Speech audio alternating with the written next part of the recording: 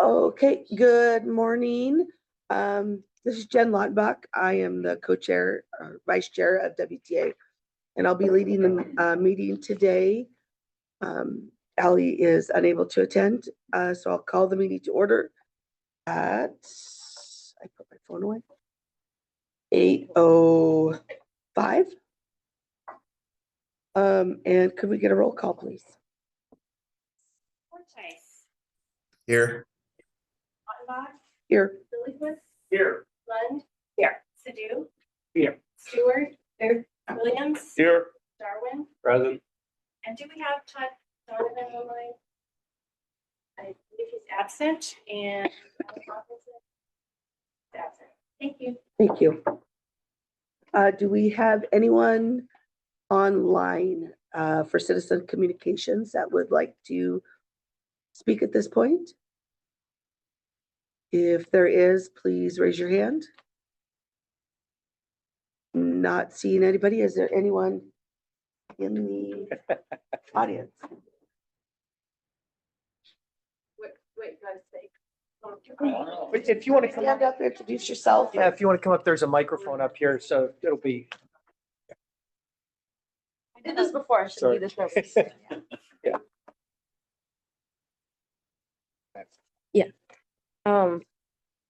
Hello, my name is Bernice Gore. I gave a public comment on January 16th at the WTA Board of Directors meeting, alarming WTA that the Bakerview encampments were going to be swept. And I requested 30 to 50 bus cards with a month pass each to deliver to those individuals to ease their transportation outside of the area before, police officers and bulldozers came and swept. I was made aware of WTA giving agencies little white card like passes with 3 rides and a barcode to activate and an expiration date. And I'm aware, like, my agency, Northwest Youth Services, also hands those out to youth and young adults. So I recognize what you were talking about. I just don't think it's enough to help those individuals, and especially since they are above our age group that we serve, which is 13 to like 25.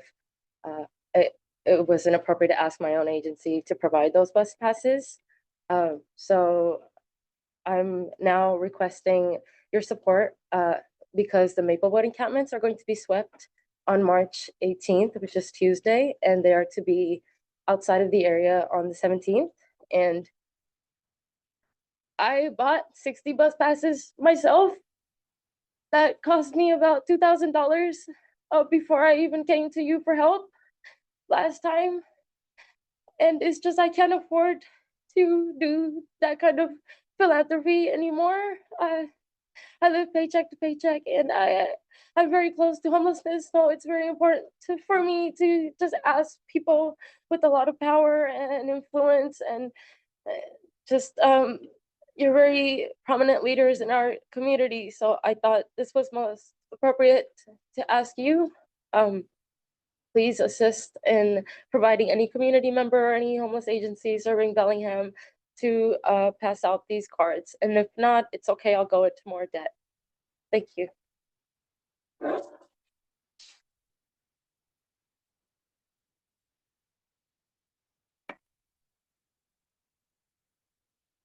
Any other comment from the audience? Seeing none at this time. We will move to board action, approval of the February 20th board meeting minutes. Move approval. Second. I have a motion and a second. Any discussion on the meeting minutes? Hearing none, all in favor of passing, please say aye.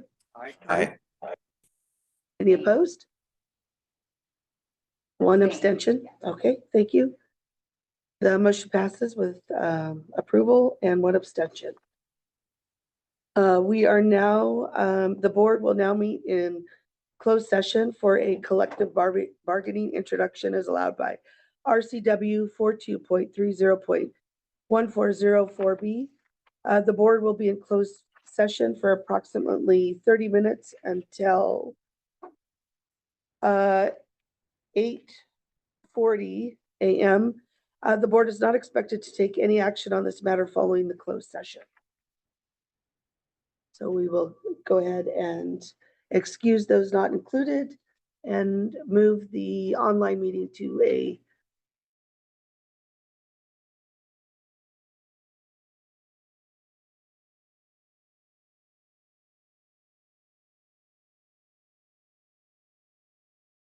okay, so it looks like we're back where we belong. We'll move on to board reports and discussion and the financial update. All right. Good morning, everyone. Thank you for attending this morning.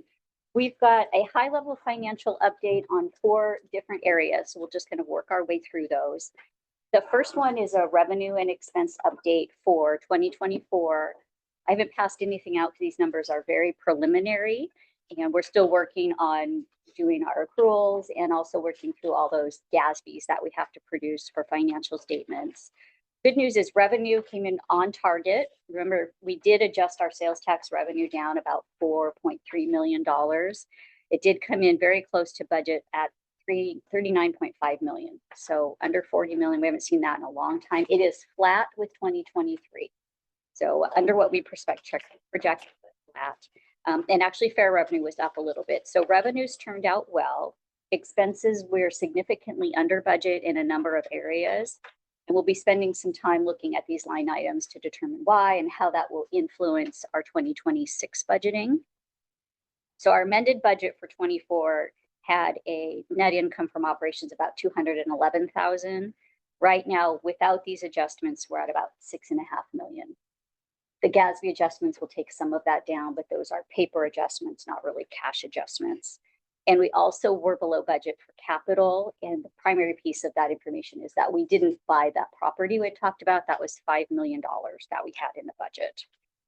That will likely be coming forward for the board for an amendment in the 25 budget. On the cash side, right now we ended cash just about $1.5 million less than last year. But as Les stated, we have about $14 million in bills that were due at the end of December that we will pay, and majority of that is reimbursable by the FTA. So at this point, we would be down about, our cash would be about 41 million. So really about 15 million less than last year. You'll see that likely on the Q1 financial report. But if we get that money back, then it goes Correct. back up. So when you're Correct. seeing that, put that in context. Yeah. You're more optimistic than I am, but we hope so. The good news. I've got to, otherwise I'm jumping out the window. No, don't do that. The good news is we have those cash reserves, right? We've been built up and conservatively budgeted, so we could take that hit and continue on through 2025. So that is the good news. Any questions on the high level financial right now? There will be more that we'll talk about this in June, and then in August we really have our almost a whole day workshop to talk about budgeting and Bottom line financial. cash keep, if we got the reimbursement back, we'd be at 50 million. We would be in at reserves. about 56, 55 million In reserves, in reserves. pending FTA. Correct. All right. Our next topic is the revenue and expense teams. So we had talked about this during the 25 budgeting process, and that was a request from the board. We developed 2 separate teams. They're cross-divisional teams. One's led by Audra, our revenue manager, and then I'm leading the expense team. And we've met several times over the course of the year already and developed some fairly robust lists of ideas to bolster revenue, contain expenses, increase efficiency. So even looking at, we may not save money, but we can be using our resources better and differently with efficiencies. Those ideas have gone up to the executive leadership team to start looking at plugging into our model that I'll talk about next, and really kind of vetting those ideas to see which ones are feasible and which ones maybe a not now, no, but a not now. Audra and Tim are working with Western. We have a contract negotiation with Western that will impact some of that revenue. There's really innovative ideas. There's some real low-hanging fruit ideas. So we're going to continue to roll those out, and we'll keep you updated on the progress of those teams. Next is our financial modeling. So in the past, we've used a fairly simplistic model to budget, project out in the future. And we brought on a firm, DA Davidson, and Dave Trageser and Maura Lentini are on the phone with us. They've been working with us to help augment that model to allow us to easily portray what the results would be if we modeled different types of revenue, different percentages of revenue, different percentages of growth or containment in expenses, and also scenarios. If we want to add service, if we want to add employees, if we need to contract somewhere. So we will share that with the board, and it will be almost live. You can change a revenue and expense amount, and we'll be able to see how it ripples through and look like what we do in 25 through 29. How does that set us up for 2030 through 2040? And let us really project out through that 2040 goal that we have. The company DA Davidson is also, they consult on bond issues. So when we get to the point, or if we get to the point where WTA wants to look at issuing bonds, they'll be able to advise us on that. Let us know what conditions we need to be in, what type of revenue and reserves we'll need to have. So it's been really great working with them. And then our final one, and that's what Rochelle has up on the page. Before we hop into that, could I just, for the board, for sequencing purposes, we're doing this work. We've got another one of these workshops in June, I think June 5th, and then an all-day one in August. And so what we're trying to build towards is that August one. So we'll know more on the state budgets towards the end of, hopefully by June, we have a pretty good idea on where things are at the FTA level. There isn't an FTA administrator yet. There's a nominee, but it hasn't been confirmed yet. So we're trying to build towards those. And so these things like the expense revenue team, the modeling, we're trying to build towards that so that in August, we can have a robust discussion going into the 26 budgeting and see, okay, here are some ideas on revenue, here are some ideas on expense, here are some ideas on, where we got money, didn't get money, and how that plays out in real time. As Shonda said, it's coming together really nicely where you can plug in or pull out and kind of see what the ripple effects are of that. So that from a sequence standpoint, that's what we're trying to build. Any questions so far? All right, then the last item is on page 5 in your packet if you have one, but it's just a sample of our third quarter summary financial performance and ratios. And we've looked at this quarterly for about 5 years, and it hasn't changed a lot. We've added in the discussion area, but I wanted just the board to look through this, and if we could talk through, is this report meaningful for you? Are there things in here that you would like more discussion on? Do the speedometers provide information? We want to make sure that this is giving you the information you need to make decisions going into the future. Oh, sorry, Rochelle, can you advance, please? So there's the speedometers. We've developed those with red, yellow, green, yellow, red on whether we're meeting our targets. We almost always meet the targets, but this does give you an idea of where we are with revenues to expenses and actual. Next page, Rochelle.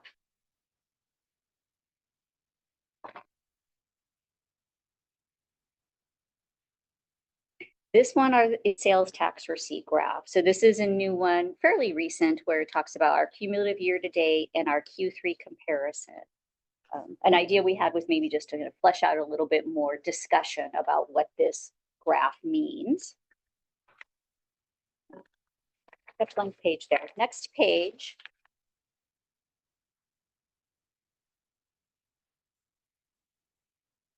Rochelle, could you advance, please? Oh, thank you. Q3, it's actual revenue and actual expense. So this is breaking down the categories of revenue and expense so we can see how those change over time. Again, we could add a little bit more of a discussion there. And then the next page is our cash and our reserves, showing how that's changed year over year, quarter by quarter. It does talk a little bit about the CARES Act and the other relief acts we've had. And then the final 2 pages are our income statement and balance sheet. So I can Open keep that that on like this one right here. Yes. It shows 2 years. Yep. 2 years is meaningless. It's not a trend. 5 years. 3, 4, 5, whatever is easy. You don't want to crowd the graph, but I mean, year to year, it's just, it's not a trend. So Correct. like over here, this next one, you have 5 years. And so, yeah, I really feel like I've got a picture of how things are going. Can see how it will progress. All right. Do you, Michael, are you interested in that for the sales tax receipts?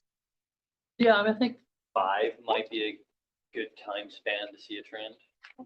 Because you're gonna get some up and down bubbles that maybe mean Right. nothing, and it's good to see the up and down bubbles, so you don't overinterpret a little shift. Is it usually, over time it smooths out. We'll experience up and Right, downs, and but you in the gotta show past, we've enough seen data it. points, so you can kind of perceive what the noise level is, and then Okay. therefore perceive if there's a signal in there.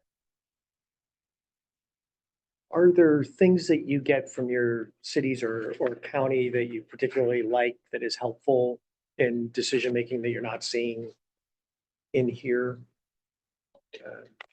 This is all part of trying to build towards that, August timeframe that we're getting you the information well in advance. Cool, so on Monday, we're gonna get our is it year-end financial?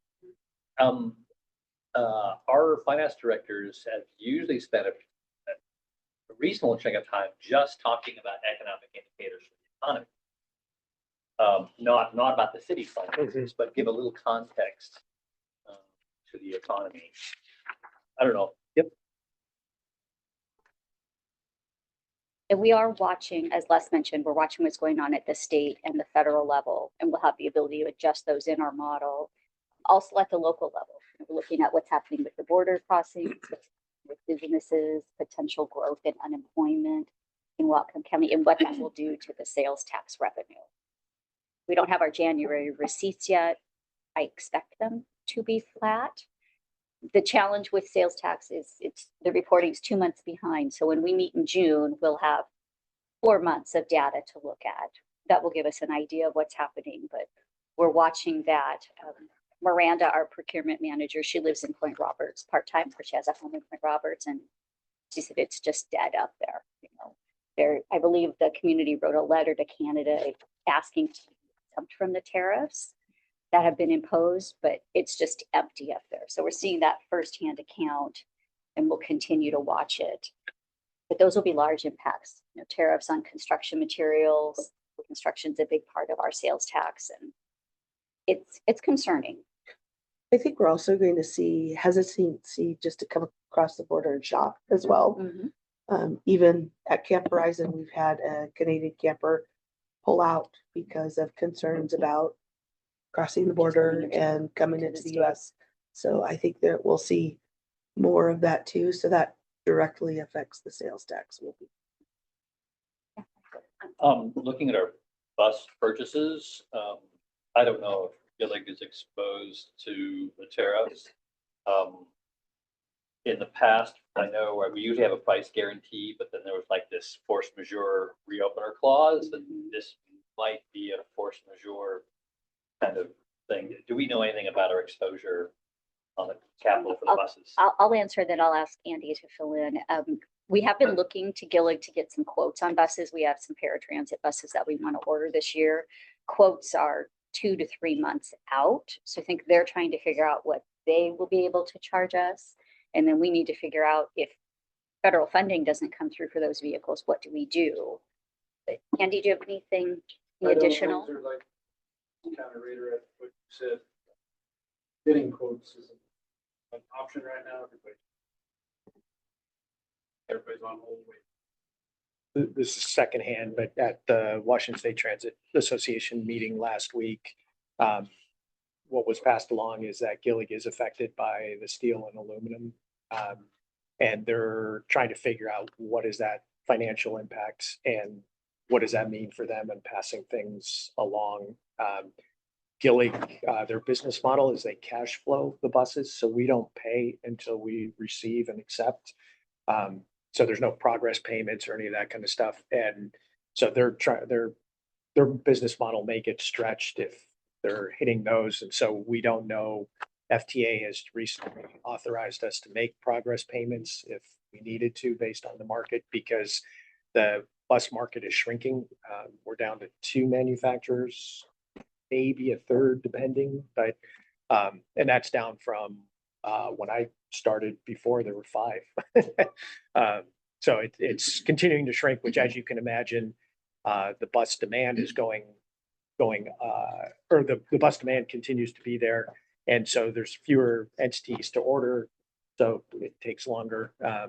Yeah, LA right now, because they have the Olympics coming, is putting, it's like 4 years out, so they're putting in tons of orders for buses in preparation for that, which is squeezing the market and increasing costs as well. Sorry, I rambled. Answer your question about, is this a useful way to look at this information? We have a graph. It takes time to explain it, but once you understand what you're seeing, it actually has the revenue, expense, and reserves all on. Oh, is that is it the stat, not the stack, but the, We I call know. it our alligator graph. okay, I know what you're talking about. Okay. But it is very helpful. And to Michael's point, it goes back. We track almost 10 years of historicals in that. And then it's also forward-looking projections. I'm happy to share, but I think I have a contains picture of it. a from- lot of information in just one. Great. Because our expenses always, there's a little John. With lots of teeth. That's a great idea. We could easily put Would that like to together. get it Yeah. too, because we are going through reforms in our accounting and finance as well. Yeah, and there's a shift in color from reality to projection, so you can really tell. We could easily do that. Any other suggestions or things you are seeing elsewhere that would be helpful for us to share? Okay, thank you. We'll continue to work on this. We'll have more information in June, and then as Les said, we'll do a really deep dive in August. Thanks. We should have all the tools prepared by then to have a very meaningful Absolutely. discussion. Well, so I will apologize that I built much time into that one. I wasn't sure how long all those things were going to take in questions, so my fault on that one. But I guess that gives us more time for others. You want to lead us in some calisthenics or? Maureen, Well, stretching break? I will give in the public setting an update on what we saw in Olympia, just for the public meeting. That I'll kind of repeat for some have heard this, but that the Washington, and this is talking about the transportation budget, is having a lot of financial problems. They are, depending on how many years you look out, whether you're looking at 2 years, 4 years, or 6 years, but anywhere from 4 billion to 9 billion under in the budget on that. And so they're looking at what do they do if there is no, there's no new revenue that is implemented to do that, if they have to stick with where they're at. They're prioritizing the culverts, redoing those because that's a court order that they have to do those. That's about 4 billion short. And then the next priority is construction projects that are already underway. Significant cost overruns on those. And then their third priority are those that are under contracts that may not have actually started construction, and can they whittle those back or not? So those are their top 3 priorities. And when you draw kind of a cut line with revenue, that's about where it ends. So what they're looking at is the multimodal account, which is where we receive about 45% of our our paratransit money, where we receive our travel training money, where we receive smart trips money, and where we receive, what's the fourth one? Right chair. Rideshare, Rideshare. our van pool program. Getting that one. Right. Sorry, Malcolm. Malcolm runs our van pool program. So if we lose that, that's about $2 million a year. And then you lose the opportunity for green transportation, grant funding, bus and bus facility funding, and those kinds of things. We don't know where that's all going to shake out, but that is one of the options that they're looking if there is no new revenue. So just want to make sure that in this setting we're passing that along. Maureen, anything, or Jen kindly went with us which was awesome to have an elected official talking to elected officials. It helps. It was a great trip. We talked to lots of people, and Lesson Marine were really great about giving the facts and figures, and then I got to come in with a story or two to try and push the point home.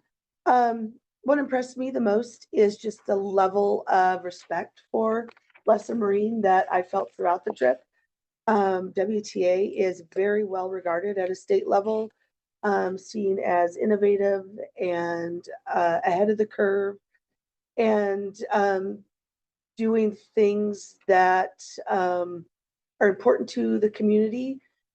And it was very well known within all of the transportation people that that's what is going on here. So I just really thank the leadership here for leaving us that reputation in Olympia, because I do think then when we're in front of them and the cuts are being talked about and the stories are being shared, that it is it's received and it's heard.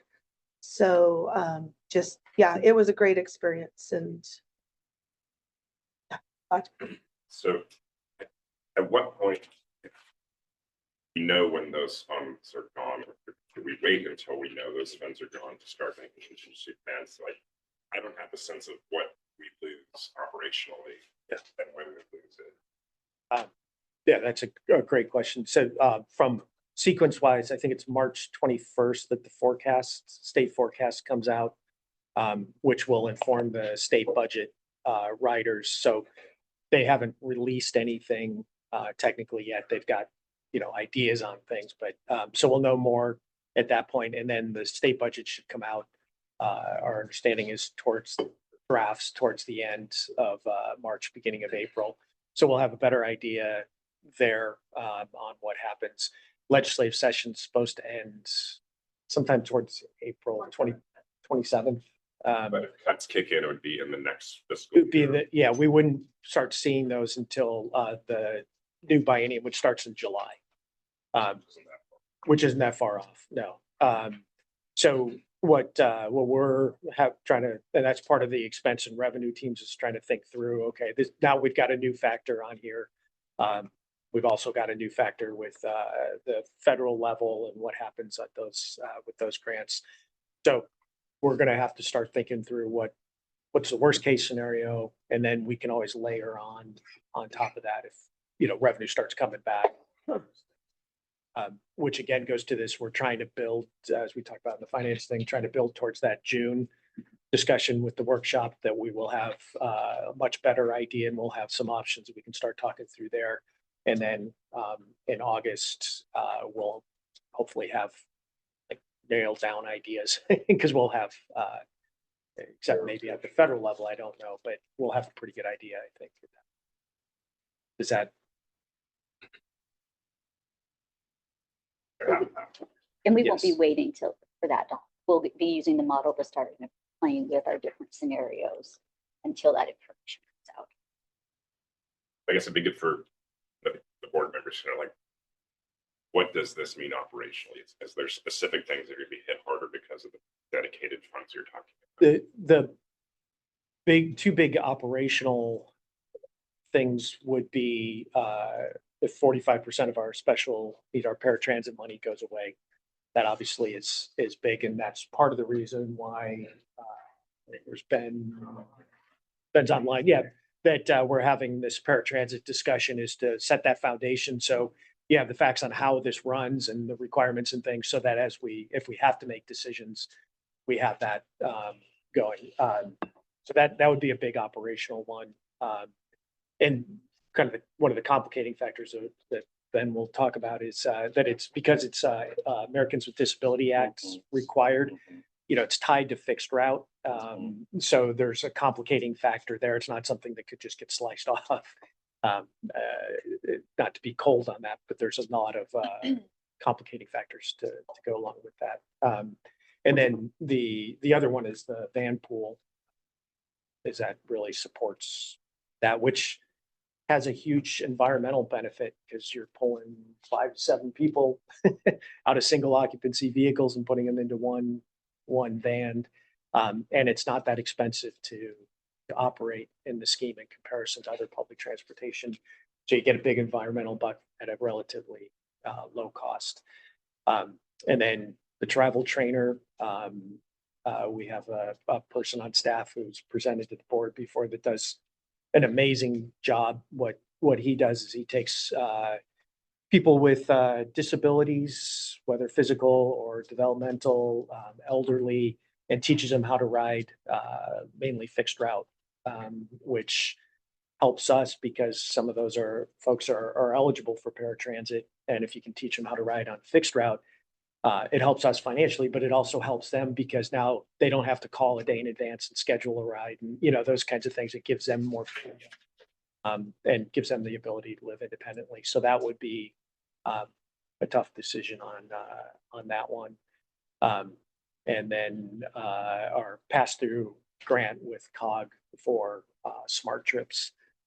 What does that mean for, like, example, the 7th grade bus program where every 7th grader in Whatcom County pretty much gets trained on how to ride the bus. If that funding goes away, does that go away? I don't know that, but that's an example of the decisions and that'll be in conjunction with our partners at COG. And we have talked to COG, and Ron's on and knows. I see if I understand the implications. Worst case scenario, let's say half of the paratransit funding goes away. What we would need to do is we can't just cut half of paratransit to meet our legal obligation. We would have to cut fixed route. We would have to scale fixed route down so that we can now meet collateral paratransit obligations. Is that how it would have to go? Or we'd have to figure out how to backfill. It'd be about 1.3 million a year to keep the same level going. Are there other things that So we the can void scale service back cuts we to? have to do. Yeah. I said this several years ago and no one thought it was a brilliant idea except me. I would almost like to make it so we had 2 funding models and Olympia understood this and the feds understood it, that we run paratransit service and it's one business model, completely different, ridiculously subsidized. And there's another one, fixed route, which, if you run it well, can kind of be a sustainable model. And the fact that they're so tied together, but they're completely different. And I want the rest of the universe to understand that they need to be funded and considered very differently because financially they're like almost night and day. And Shonda, actually, coincidentally, we were just talking about this. She's working on a kind of business model, or business lines, if you will. So it's not a totally It's bad not a idea. crazy idea. No, it's a great idea. We just want to show, we'll end up showing basically an income statement by mode. So you could see the direct costs, the allocated costs, and then the revenues that we're bringing in by mode. And I think it will help drive home that point. But I don't want us to know this. I don't want the people who are looking at our Absolutely. funding to understand. There's this crazy heavy subsidized thing. You've legally linked to another business, which is probably sustainable and we could keep it going. But we have one budget.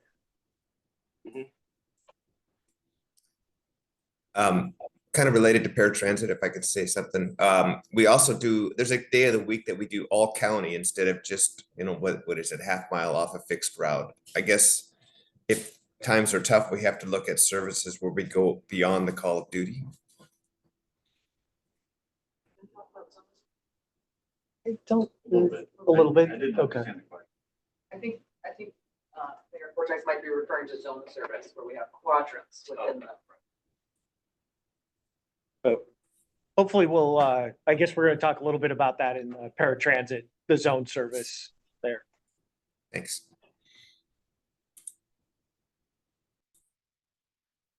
Any other questions? We're a little bit ahead of schedule, but I'd like to take a little bit Take our longer of a break and help blankets. he's not expected till 9:55. He's a He's very right bright here. guy. He was monitoring Oh, us and, Might be a little ahead of schedule. Ben's one of those that would, you know, you hire good and you let them do their work. There we go. We're very Thank you. fortunate. We want to move right into, Maybe, look, could we take a break? Yeah. And Yes. then, I know, oh, I'm sorry. We have an unusual request. During this break, we're actually going to change the configuration of the tables and chairs. Oh. Not for Ben's presentation, but for what comes after it. yes, So if you have a seat at the table, if you wouldn't mind just pushing your chair back and then having your belongings on one chair. So you still get some space and you will return to that chair after the break. But Maybe come back about 9:30, about over 15 minutes. So, okay, we will resume at 9:30. No, actually. Okay, we'll coming up go on a year. ahead and we start our meeting. It is 9:30 Tacoma. and we'll start with paratransit trends. All right. Paratransit service discussion. Great. Thank you. Introduce Ben has joined us for about 9 months. So, Coming up on a year on March 18th. So okay. I'm not been counting. In a good way. In a Just great excited way. to be here. Yes. But Ben has joined us and has really taken a leadership role tracking on paratransit, what we're doing, developing some metrics on how we're doing, tracking those so we can see as we're going. So Ben did this, something similar to this for the operating staff. 16 meetings, I think you you walked through this with. And as a result of that, it was so well received. We thought it'd be really a good vehicle to have this discussion with the board. So with that, I'll turn it over. Great. Thank you, Les. Really excited to talk to everyone today about paratransit. Les said, I've been here just under a year right now, and I'm one of our dispatch systems coordinators. So I really dive into all the background of paratransit data and look forward to telling you a little bit about some of the trends that we've been seeing, not only in the last year or two, but how those relate to pre-COVID times as well. So hopefully providing some of that long-term analysis that you're talking about earlier. So to start with, just a reminder for everyone in the room about our paratransit service area. This is our current map and kind of our two large guidelines around paratransit service, which is the area defined as 3/4 of a mile either side of a fixed route. So if the fixed route changes the routing based on service decision, we change the ADA corridor to match that as well. And then the service times are determined by the fixed route schedule. So if a rider can get to their destination at the time they wish via fixed route, then we also have to provide that equivalent ride on ADA paratransit. So this is how that plays out day to day. This is a little visual about a day in the life of WTA paratransit, showing how our service area translates to rides. So every one of these dots is a pick or drop across our county. This is from last May, so you'll see that Linden is very highlighted because we still had the hop going at that time as well. So although it's from 5 a.m. to 2300, just a single day, and we're seeing that we cover a lot of the county, and we're going to learn today that we're covering more and more county areas as our service increases. And this is both pickup and drop off. Yes, these are both pickup and drop off. So we're going to dive into some key efficiency measurements and trends. The main two that we're going to talk about today are productivity and on-time performance. And these aren't just metrics that we've created here at WTA, but are really industry related and standard metrics that a lot of agencies report to the NTD and talk about really how we gauge how we're doing in paratransit from an operational perspective. So sorry, National Transit Database. Apologies. One of those transit-related lingo that I picked up on and was also confused on at first. So productivity is our number of riders per revenue hour. So that includes for paratransit escorts and PCAs, as well as our ADA riders. And revenue hours is anytime the bus is in revenue service. And then on-time performance is truly just our percent of total trips that are on time. And the kind of the determine about whether a trip was performed on time or not depends on the type of trip. We have a few different types of paratransit trips. Just being a revenue service. Sure. So revenue service is defined in paratransit as any time the bus is out on the road except for deadheading from or to the yard. So from here at Moab to our first pickup of a rider, that does not count as revenue service. And then from our pick or drop to our lunch or break location. So anytime that is that deadhead between in or out of the day or to and from lunches are not revenue service, but any other time in the day that we are picking and dropping riders counts as revenue service. Yeah. Sure. When people pick up people, do they take them, somebody wants to go to a doctor? Do they take them to the doctor's office or do they drop them at the bus route, take the bus? So if they are ADA eligible and have gone through our eligibility process, we would take them directly to the doctor. So we do not drop them at the bus stop. So only ADA eligible people get paratransit or anybody can get? So there's three there used to be three with Hub. Now we have two paratransit services. So that's Zone and ADA paratransit. ADA is only ADA eligible riders, so they have gone through the eligibility process and they can go anywhere. They're not going to be dropped at stops. And then we have Zone service, which if we go back to this map here, Zone service is these areas that are outside this green corridor here. So the purple, the yellow, and those areas have defined points where we would pick them up and drop them off. So we actually go to stations to drop them off. But as far as the ADA specific paratransit, we go To wherever they would like. And they wait for them if they are doctor's hour for an hour at doctor's office. Does your driver wait for 1 hour? No, we would And he goes on and somebody else goes back and picks up. well, it could be the same operator depending on our efficiency, but we would choose whatever the most efficient route is based on where all of our buses are throughout the day. Yeah. So going back into productivity and on-time performance, these are productivity and on-time performance over the last 8 years. So getting kind of a sense of how we've trended in the pre-COVID times, during COVID, and coming out of COVID. A little bit smaller here. So we have two axes. The left axis is productivity, and that is the dark blue line. And then the right axis is on-time performance, and that is the kind of teal line.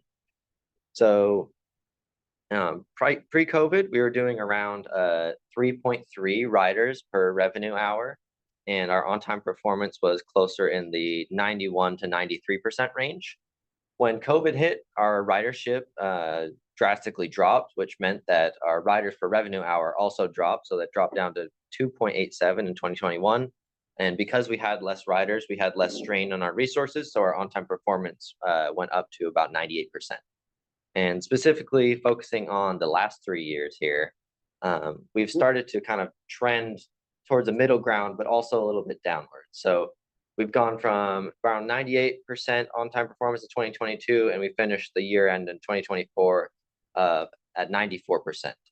And then the ridership or the productivity in that time hovered pretty closely around 2.98 to 3. Can I talk about these for just a second? Sure. Productivity seems like something you can maybe benchmark, and also something which tells you about how cost effective things are, how much resources you have to spend to deliver service. Right. Whereas on-time performance is more aspirational, and you can kind of fall down or succeed on that, like quite separate. I mean, it's funny how sometimes they seem to be inverse, but they clearly are related, as you say. When if you're over-resourced, you tend to be on time. Correct. Right? Yes. But it seems to me that if I had to pick or choose, I hate to say it for the people, I think we'd want to maximize productivity, because we need to have good productivity numbers to deliver service and not go broke. But when push comes to shove, I think maybe dropping to 85% on time is a necessary evil. And that's kind of part of the discussion that we'll have today. We'll talk about some of the factors that are in our control for that, and then some of the factors that are somewhat out of our control as well that we've seen. So we can control how efficient we're being from an operational standpoint and how many resources we're devoting to that.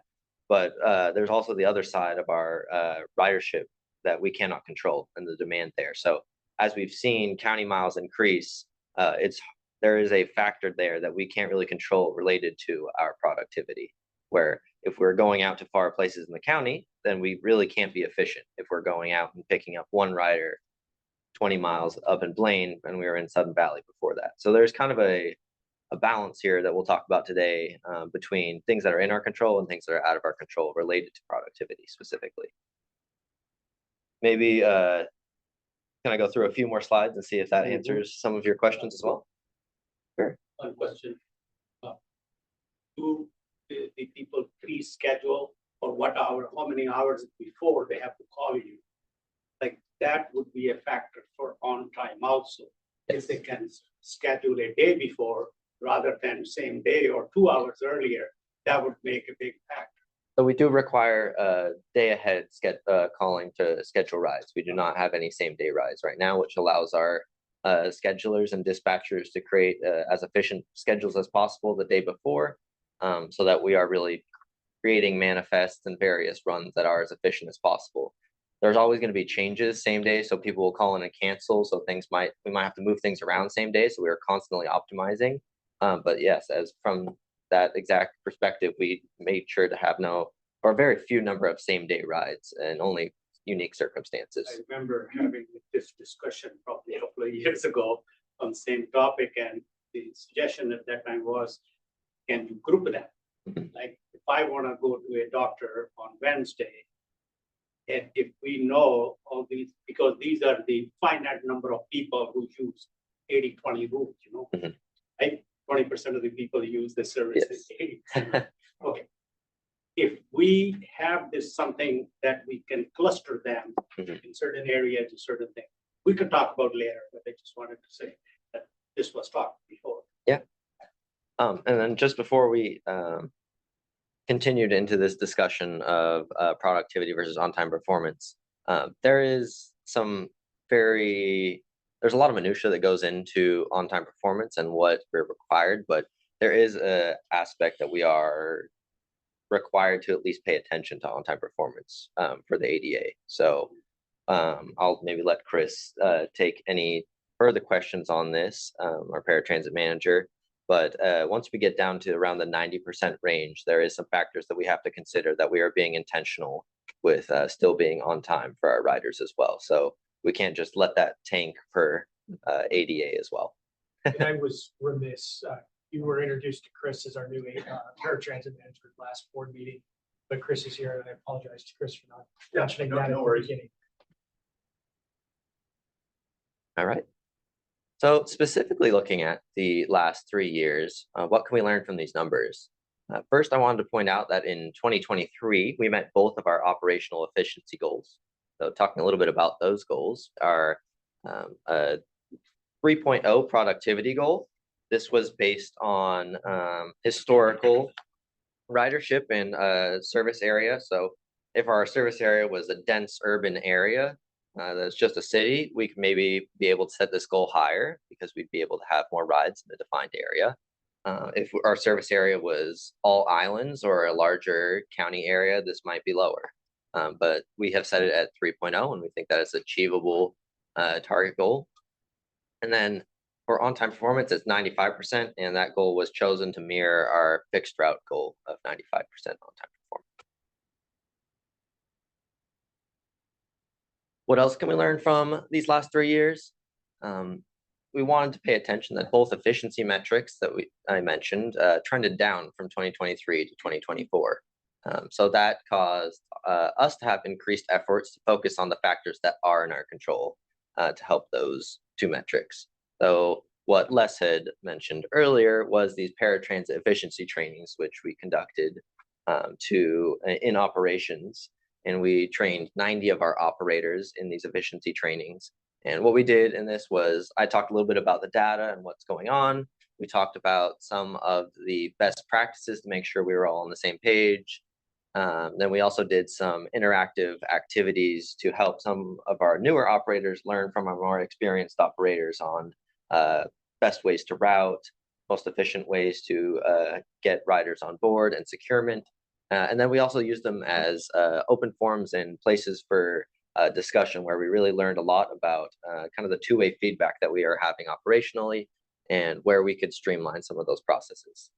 So we want to make sure our bases were covered and try to be as efficient as possible from an operational perspective, but also want to recognize that there is some trends outside of our operations that are contributing to these two efficiency numbers trending down, which are increases to paratransit trip lengths that are impacting our ability to achieve high efficiency. That's what we're going to dive into for the rest of the time here, because I think that's really what the board may be interested in. Yes. Oh, maybe that Caroline? next slide is, Sure. I'm interested in the costs over time per trip. Yes, so I don't have that in my presentation today, but I'm working closely with, you may have the present numbers later today, but I'm working closely with Shonda and finance to prepare for the August board meeting to really dive into what those paratransit numbers look like related to various costs. We do have them. Over Yeah. the years, we don't have it in this presentation. I think it's Share really that. hard though to go deep in these variables being detached from the real costs right now. I think that's a challenge.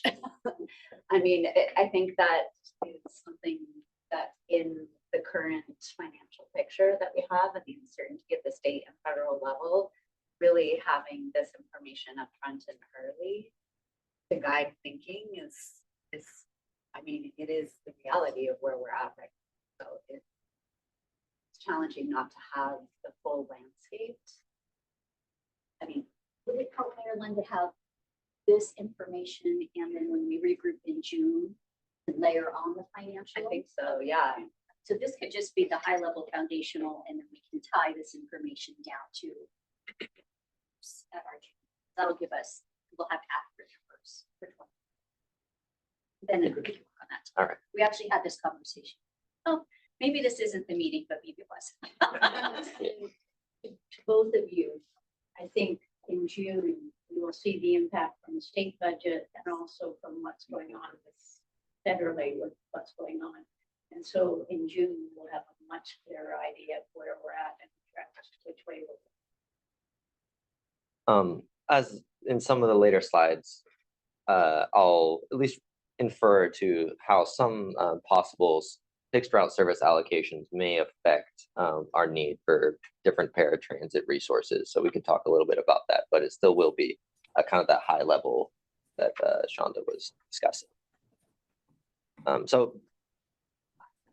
Oh, sorry. Online, yes. Oh, yeah. So I was just going to say as a reminder, my recollection is fixed route is around $10 per rider and paratransit is in the $80 to $85 range, just as a benchmark as we think about these things, Maryland. Yeah, I was just wondering how that overlaid on the 5-year kind of, I'm just curious to see. But yeah, I do have those rough order.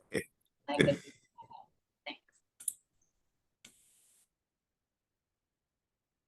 So the first trend I wanted to point out was our percentage of total revenue miles between county and Bellingham. So I'm counting the county trips as anything outside Bellingham city limits, and these are our percentage of total revenue miles. I guess they're a little bit small for us in the room here, but this is over the last 10 years. So this is 2015. So in 2015, we did about 76%, so about 3/4 of our total revenue miles in Bellingham itself. And this is only ADA paratransit. It does not include any HOP or zone data. And then we did about 24% of our total revenue miles in the county. And as you can see this trend, as we've moved forward over the last 10 years, we've started to converge. So we have gone from about that 3/4 in Bellingham, 1/4 in the county to 38% in the county and 62% in Bellingham. So hop's not in here. Say that The one more hop time. Trips are not. Yes, the hop trips are not in here. There's a lot of that driven by the Birch Bay paratransit service that we have. So some of it is, especially in the last 2 years. So we can dive into that right here. So specifically looking at, this is the rolling average of county trips revenue miles per day over the last 3 years. So Shonda pointed out the Birch Bay Blaine paratransit service started in June of 2023. So we can see that our average county revenue miles per day has really steadily increased in that time. So since January of 2022, we are doing anywhere between 500 and 600 revenue miles in county areas per day. And that's increased now to 900 to 1,000 per day. So really in those 3 years, we have doubled the amount of revenue miles that we're doing in county trips. Ben, for extra credit, can you pull out population growth? You know what I'm saying? Hmm. The revenue miles should be increasing if all we're doing is scaling with population. Or are we scaling faster than population? Understood. So Well, same graph for the city, right? I mean, that'd be interesting too. What if we're on a downward trend, but population is going up? I mean, I think you have to pull out population growth or ridership, potential ridership growth. yes, I do not have those metrics right now, Extra but credit. I will bring it for you next time. Extra credit. Yes. I think we should not call it a revenue mile. We should call it expense. It's truly, the representative is expense mile. We don't make revenue. Your glass is half empty, not full. Yeah. Sure. Yeah. I mean, this, like Michael, if most of the housing growth is happening in Bellingham and Ferndale, but there's something driving these or expense miles that is outside of Bellingham. Right, but what if fixed route is on an even higher curve? What if what we're seeing in Bellingham is a successful shift to fixed route for many disabled but not severely disabled people? But maybe in the county where like that first mile walkability thing is so much harder, they can't shift as much. So sorry, I need to see 5 pieces of data all trended Yeah, together. but it seems like there's more going on there than Birch Bay. I think the other part was that 5-6 years ago, we deliberately talked about equity, talked about the Bellingham centric to go to more services in county. So that impact is showing now. Yes, and I do have more data pulled out for by area here in a second if you're interested. So I do not have population growth, but I did pull out ridership. So hopefully that is a half credit at least. 75%. Yeah, all right, I'll take it. That's still a C, right? The B minus. All right, all right. This is the former teacher. Yeah. So these are paratransit ridership trends over the last 10 years. So we could kind of like directly compare them. And what I wanted to point out, I think is really interesting here, and I apologize for it being so small up on the board there, is that for specifically ADA ridership, we are still 35 to 40,000 trips less than pre-COVID last year. So we're seeing large increases in our revenue miles still, but our ridership is far under what it was pre-COVID.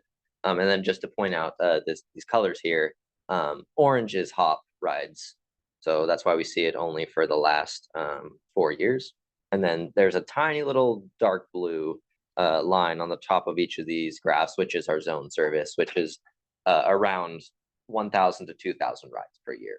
But so the majority of our paratransit service, which is last year 180,000 or so rides, comes from ADA paratransit trips.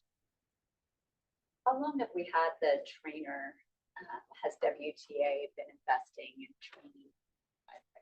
I'll have to pass that one to Chris. Add in a little bit of information. So our free on fixed route program, which is a lot of what our travel trainer is doing, that ridership is growing about 1/3 every year. Last year, we had almost 75,000 rides. And when I'm looking where those rides happened, they were primarily in town. So it does make sense that those rides have shifted to in town when we see our free on fixed route numbers up right in the city. Yeah, that would be easier. I think we're in the second for the second biennium, which is about to end, and we have That's not right. heard about our grant for the next biennium yet. That's right, a couple years. So as I go to this next slide, I want everyone to kind of just keep in mind that we do really have this large gap still in ridership.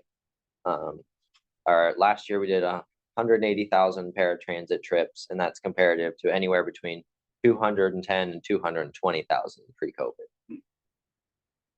So despite that, comparing 2023 and 2024 specifically, our ridership increased 4.7%. So we did see an increase year to year from 172,000 to 180,000. But despite ridership slightly increasing in that time, we've seen our revenue miles and revenue hours outpace ridership by quite a bit. So our total revenue miles across all of our ADA rides increased 8.5%. So that's 802,000 to 870,000. That would make sense if you're doing more outside of Bellingham. Riders, they're going to be taking longer trips. So if you get an increase in ridership, you're getting a steeper increase in miles. Yes, and just like you said, specifically looking at our county revenue miles, they increased 22% last year. And I highlighted that yellow number there of 330,000 revenue miles specifically related to the county, because that is the most that we've ever done in the history of WTA by 60,000. Yes, even pre-COVID. So 60,000 more than pre-COVID in the county. So that is, we're really in uncharted waters as far as paratransit service to the county. Just because we've increased miles, I also want to point out that that doesn't necessarily mean that we've increased the amount of hours that we're out there. So yes, do we have a question? Sure. Comes to my mind is each trip miles increased. Like, you know, if people are from Birch Bay getting right to Bellingham and back and forth, because that would be a longer time for one trip and longer miles as well. Yes, right? correct. So is there something that we do between 0 and 5 miles and 5 to 10 miles or something like that? I don't know. I'm just thinking about that. That should be another matrix. Mm-hmm. Know what are they coming to shopping for grocery to Fred Meyer? Yeah. Or they can go to grocery store and play, Yes. right? Mm-hmm. Okay. And so I guess the important piece referring to the very first slide was that if a rider can take a ride from any given destination to another destination on fixed route at their desired time, we have no control over where they go. So if a rider does want to go, even though they could go to the store in Blaine, they want to go to Sudden Valley, they can take that ride. Yes. And that's can be very inefficient for us. So this is kind of the piece where that is out of our control, but it's also a large part about where our paratransit resources are being strained currently. So looking at county hours as well, just because our miles increased doesn't necessarily mean our hours increased quite at the same rate. So our total revenue hours increased 6% year to year. And then specifically pulling out the county again, they increased 20% in the county to over 14,000 revenue hours dedicated to county trips. And I also highlighted that again, because that is the most that we have ever done in the history of WTA for revenue hours. Sure. And if you're interested, we can send these slides. Good. To you. Yes. So that you have them. Yes. It's a nice way of presenting it. Thank you. And then also, if the board is ever interested, we do, I have the ability to analyze kind of the trends about where people are going. So we do have it analyzed by location type, so we can see how many people are going to stores, medical appointments, and things like that, if the board is ever interested. You may pay the doctor to go there one day to Birch Bay. Things like that tied to the economic impacts that Yes. WTA has in the community. So if paratransit were to get slashed or cut back, people can't get to doctor appointments. So you've got economic side of things, doctors are missing appointments, but you also have the economic impact side. If they're going to go to those appointments, somebody's got to take them. So you've got family members or friends that may be missing work to do that. Do they have the leave to do it? So there's all these ripple effects that come along with that, it's super important that it's also being looked at in our economic impacts. Yeah. Then if you were to create buckets of purpose for trips, Mhm. 3 or 4 buckets, I mean, Sure. you think you could pick the right few buckets and knowing that there'd be overlap between some buckets. Yes. I'm gonna go shopping and a doctor appointment. So Mhm. you'd code it twice. What are the buckets you would choose? That's a great question. So right now we do have defined buckets in our system of kind of general purpose. So we do have shopping, medical appointments, I think schools, social services, but our locations aren't perfectly put into those because some of them can kind of operate as multiple, for example, a store with a pharmacy. So there might be some more granularity that I would need to look into before I would I would confidently. collapse rather than get more granular. You know what I'm saying? Social Yeah. service and doctor I'd put together. Yes, I get what you're saying. What I was referring to is we have all these locations in our system, and I'd want to make sure they're in the right larger bucket before we run those numbers. But to give everyone a brief analysis, didn't mean to hit that. We have done since the first shutdown for COVID, we've done about 145,000 rides to and from stores and over 250,000 rides to and from medical appointments. So that is a really significant part of our economic growth here in Bellingham. But I'm happy to pull out more numbers like that if the board is interested. Moving on to specific areas. So I think everyone was a little curious about where these revenue miles are stemming from. These are the revenue miles over the last 3 years, and specifically highlighting how a fixed route service decision and the creation of a ADA paratransit corridor then translates to increased revenue miles. And the Blaine also includes Birch Bay, just for the record. As we've seen this last year, we've done 83,500 miles from to and from Birch Bay trips and Blaine. So that's really been one of the driving factors that have been this last year, but we also see that Linden is continually rising, as well as Lummi Nation. I also want to clarify demographics are important here as well.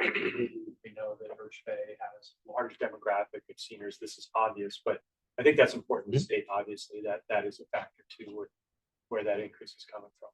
Yes, and I think that's a great point, Tim. And we don't exactly know where this trend is going to cap off. Now that we have this paratransit corridor in Birch Bay Blaine, we have seen it continually increase over the last year and a half, and those revenue miles may continue to increase. So it's an important part to consider when we are talking about our paratransit budget, and the uncertainty that is surrounding it currently is that we have this large area that we have to dedicate resources to, and our resources are continually getting pulled further and further as is currently. And one of the things that I've been working with the Council on Aging and seeing the significant population over 65 that they're anticipating will be coming over the next 20 years. I think they predicted something like 20% more over that. And then how does the over 65 population tie to paratransit so that we can start seeing, okay, where that demand is going to be. And then you overlay housing and where elderly retirees will almost at that age, so I can say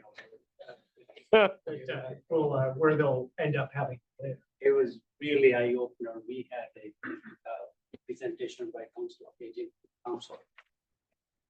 See that next 10-year trend for people like me, 10,000 or more additional. It would be interesting to see if there's any effect in this Blaine Birch Bay from an opening of family practice that's going to happen within Blaine this summer. So maybe there'll be a reduction in the mileage from that. Very interesting to look at. Our medical appointments are by far our highest percentage of rides for paratransit, so they could have an impact. We should start investing in medical clinics. Or ask the medical community. Yeah. Just wrapping up here, this is the map of various zones and ADA service prior to the Birch Bay Blaine expansion. So you can see up here, I think this is from 2019. We just had that flex areas similar to what we do on the 71 and 72 at that time. And then once we made that decision, that ADA paratransit corridor of the 3/4 of a mile in Birch Bay Blaine was created. So as the board is talking about various fixed route service allocation frameworks today, one of the major factors is to consider about how they'll affect the paratransit service and corridors. So certain decisions, as you're going to go through this really fun exercise, which I don't know anything about, so I'm curious as well. Certain decisions regarding higher frequency versus broader coverage, I think that's really the main theme that you'll be discussing today. We'll have varying levels of change to the paratransit service. So if we increase a route that services the core of Bellingham already, increase the frequency that is, that would likely not really change our paratransit service very much because the core of Bellingham is very saturated by many of those 3/4 of a mile corridors.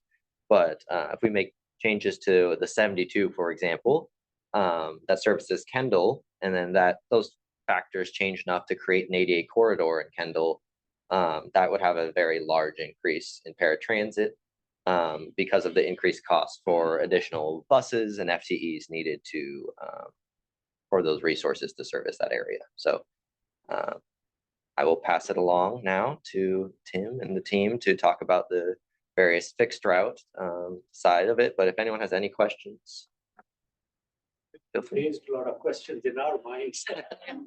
That's my job. A lot to think about. Thank you. Yes. Things that are a job, as you can see, and really trying to dive down and give us information for the board to make decisions and see how it all ties together.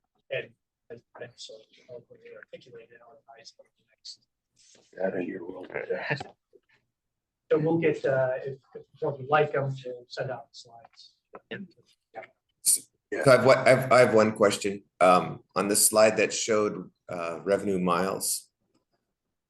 Yeah, on that one, could you put rides on that next to the miles, and then we would know miles per ride on average for every one of those districts, which would be just interesting to see. Sure, that I would be happy to. One thing to, I guess, specifically point out that these miles aren't specifically related to any given ride is that we do groupings on the bus, so that these miles are truly, if we're going from Bellingham to Ferndale to then Blaine, and we have a group of 3 riders going all along there, those rides might all be counted maybe in one city, but for this purpose, those miles are split up into the different bins by the segments of the trip, basically. So from Bellingham to Ferndale, those would be counted as Ferndale specific miles. And then from Ferndale to Blaine, those would be counted as Blaine Birch Bay miles. So there is kind of a disconnect between the revenue miles, at least in this figure, and the rides, but it would be interesting to kind of compare like total miles per rider based on the city, something like that. Yeah, that would be interesting. And then I guess I hear you saying that maybe the bus or the vehicle might pick up a variety of people. I guess I would like to know what percentage of the rides are single occupant. Okay, sure. I think all of that will be helpful for if we're faced with a situation where we could potentially be seeing, half of our paratransit resources moved. We're gonna have to make a nimble decision. So sending the information like that will be helpful. I will work with Shonda and the team to get that figured out. Thank you. Any other questions? Okay, thank you all so much for your time. Really appreciate it. We're gonna take a 5-minute break before we move to the next activity. When we do come back, the screen is So I going up. grow up in So but anyone I was on there for Zoom, university. if you have any University questions of for the activity, just go ahead and sum it up But and we'll address. my fiance Santa lives up here, so. Okay, well, you have made it to the board game portion of the meeting. Thank you very much, especially to the board, for getting here in person. Whatever it took for you to be here in person, I really do think will pay off. So we appreciate it very much. We know this is a lot of time to ask for. So as you may recall, today is part 2 of a 4-part conversation. And when we spoke last, we highlighted a continuum, looked a little bit different than this, but it was a continuum introduced by Jarrett Walker between maximizing ridership and providing broad coverage. And we're going to continue to work on that today. The other thing we talked about is that currently our system is designed so that about 40% maximizes ridership. This is primarily the GO line conversation. And about 60% is more focused on providing broad coverage. So these are 2 of the major outcomes. There's a few more here that Tim will discuss in a moment. And we also mentioned that in July, what we'll be asking for from the board is their consensus on where this line should be. So what balance should we strive to achieve between routes that are really primarily towards maximizing ridership and routes that are primarily for providing broad coverage? And let's see, today. Sequence wise on that one, you said July. Sure.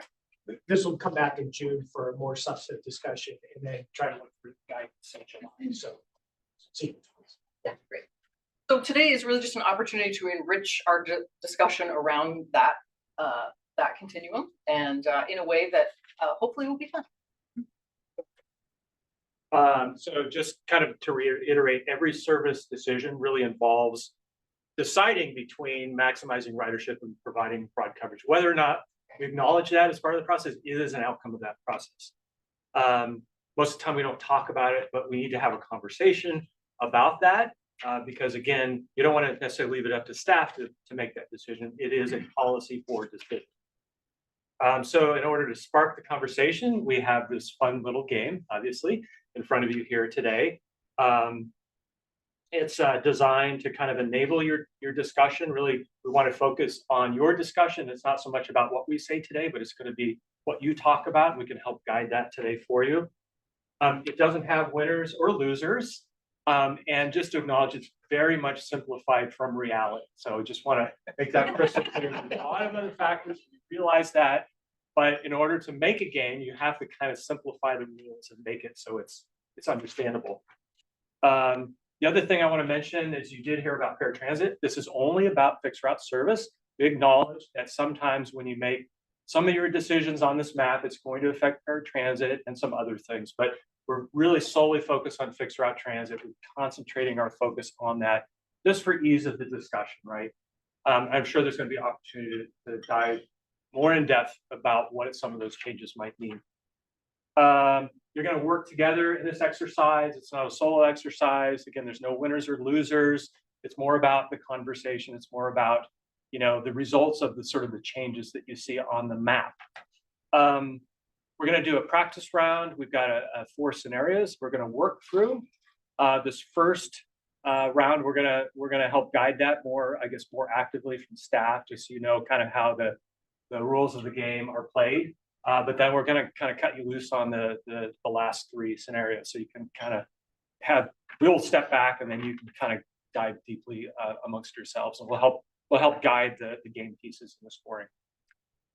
Okay, so the players in this game are the board members, and if you wouldn't mind stepping up to the table to take a look at the board, everyone else is welcome to hover at a non-creepy distance so that they can see what's happening. But if the players to the board, that would be great.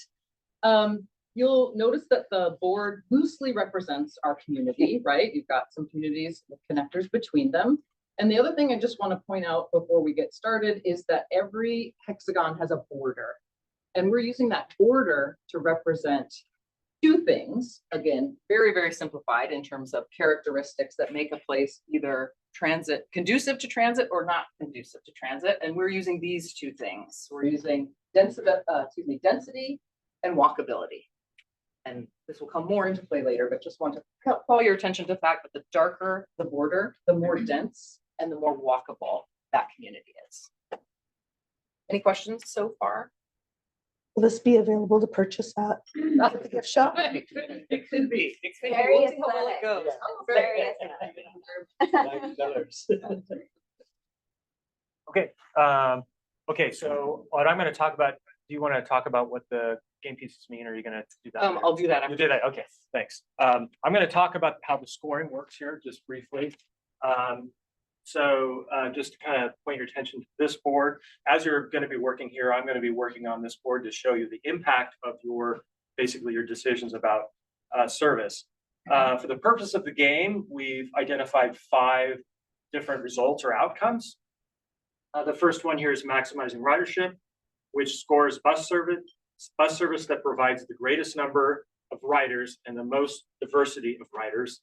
I'm not talking about ones or twos, we're talking about big changes. Converting car trips to bus trips. This scores bus service that makes transit more competitive to driving, so that people who would have otherwise driven now are attracted to ride the bus. Mobility for priority populations. This is our priority populations were defined in our long-range transit plan. I can talk about what those are, but just for the purposes of this exercise, disadvantaged populations, I guess is a way to describe that. There are 2 ways to achieve a score here. One is you can provide more frequent service where those populations are concentrated, or you could also provide better mobility in other areas of the county where you may have other kinds of concentrations like Kendall. Geographic equity is exactly what it states. Irregardless of the amount of riders you attract, does your service provide service somewhere in the county, right? Access for everyone is again what it states here, kind of parallels, mimics the broad coverage where regardless of ridership, regardless of the live, you're going to have access to transit, right? It doesn't matter. We're not increasing or maximizing ridership. We're just simply spreading the peanut butter throughout the game board. One thing I want to also mention is that these are dots that indicate scores for each of those 5 categories. They don't have any inherent value. They are simply proportional amongst the 5 categories. We kind of set it up to where we think we kind of are roughly today, where we're kind of more on that end, access for everyone, a little bit less than ridership. So hopefully that doesn't confuse people too much. And again, we're just going to be scoring as you go along in the map. Are there any questions about the scoring? And you'll see how this works once you go through the exercise. Okay, in that case, just one more thing before we go through the practice round, and that is the Legos, which this is the first time we've brought Legos to a board meeting. It's really fun. If you look on the hexagons that have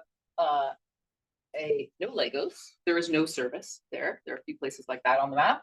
A green bus means less than 1 bus per hour. So maybe they've got a bus every 70 minutes, 90 minutes. And then every blue Lego is a bus an hour, and you stack as you go. So 2 Lego stacks is or 2 stacked is every 30 minutes, 4 stacked is every half an hour. And then there are a few places on the map you'll see we even have 6 stacked together. And Todd's already.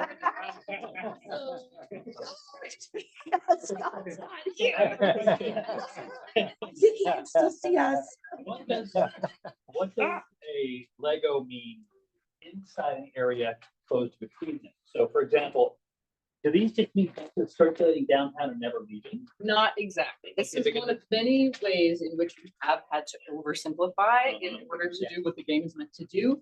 But no, it doesn't. There are pieces of connection service within hexagons and vice versa. Because why don't you just add up all the ones going to and from Bellingham? That gives you this stuff.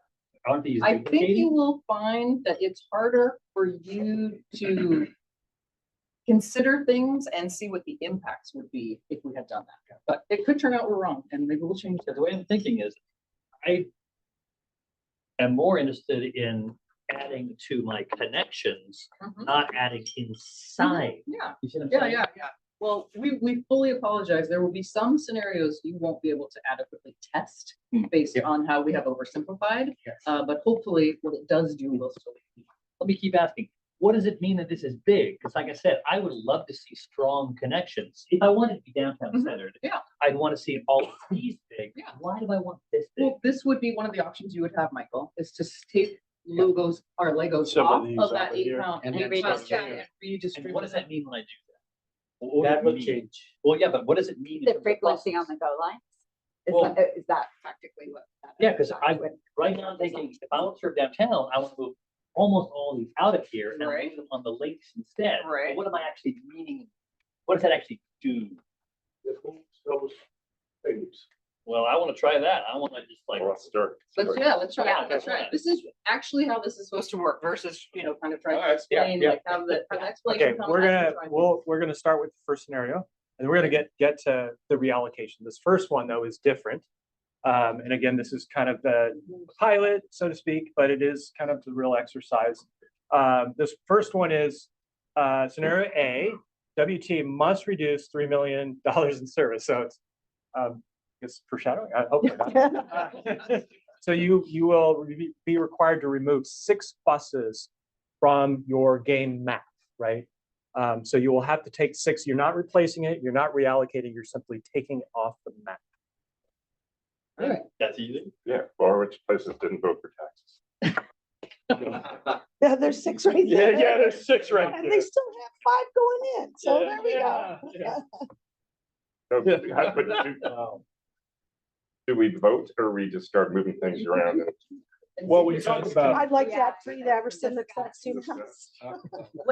Say that again. I'd like to add 3 to Everson Executive House. We have to take 9 someplace. I'd like to try to keep all the links between areas and remove some of the internals and see what that does. Because if this link is just as strong and this link is just as strong, that sounds good. Can you take one off of like the tallest stacks in the, Okay, so let's take one off of this.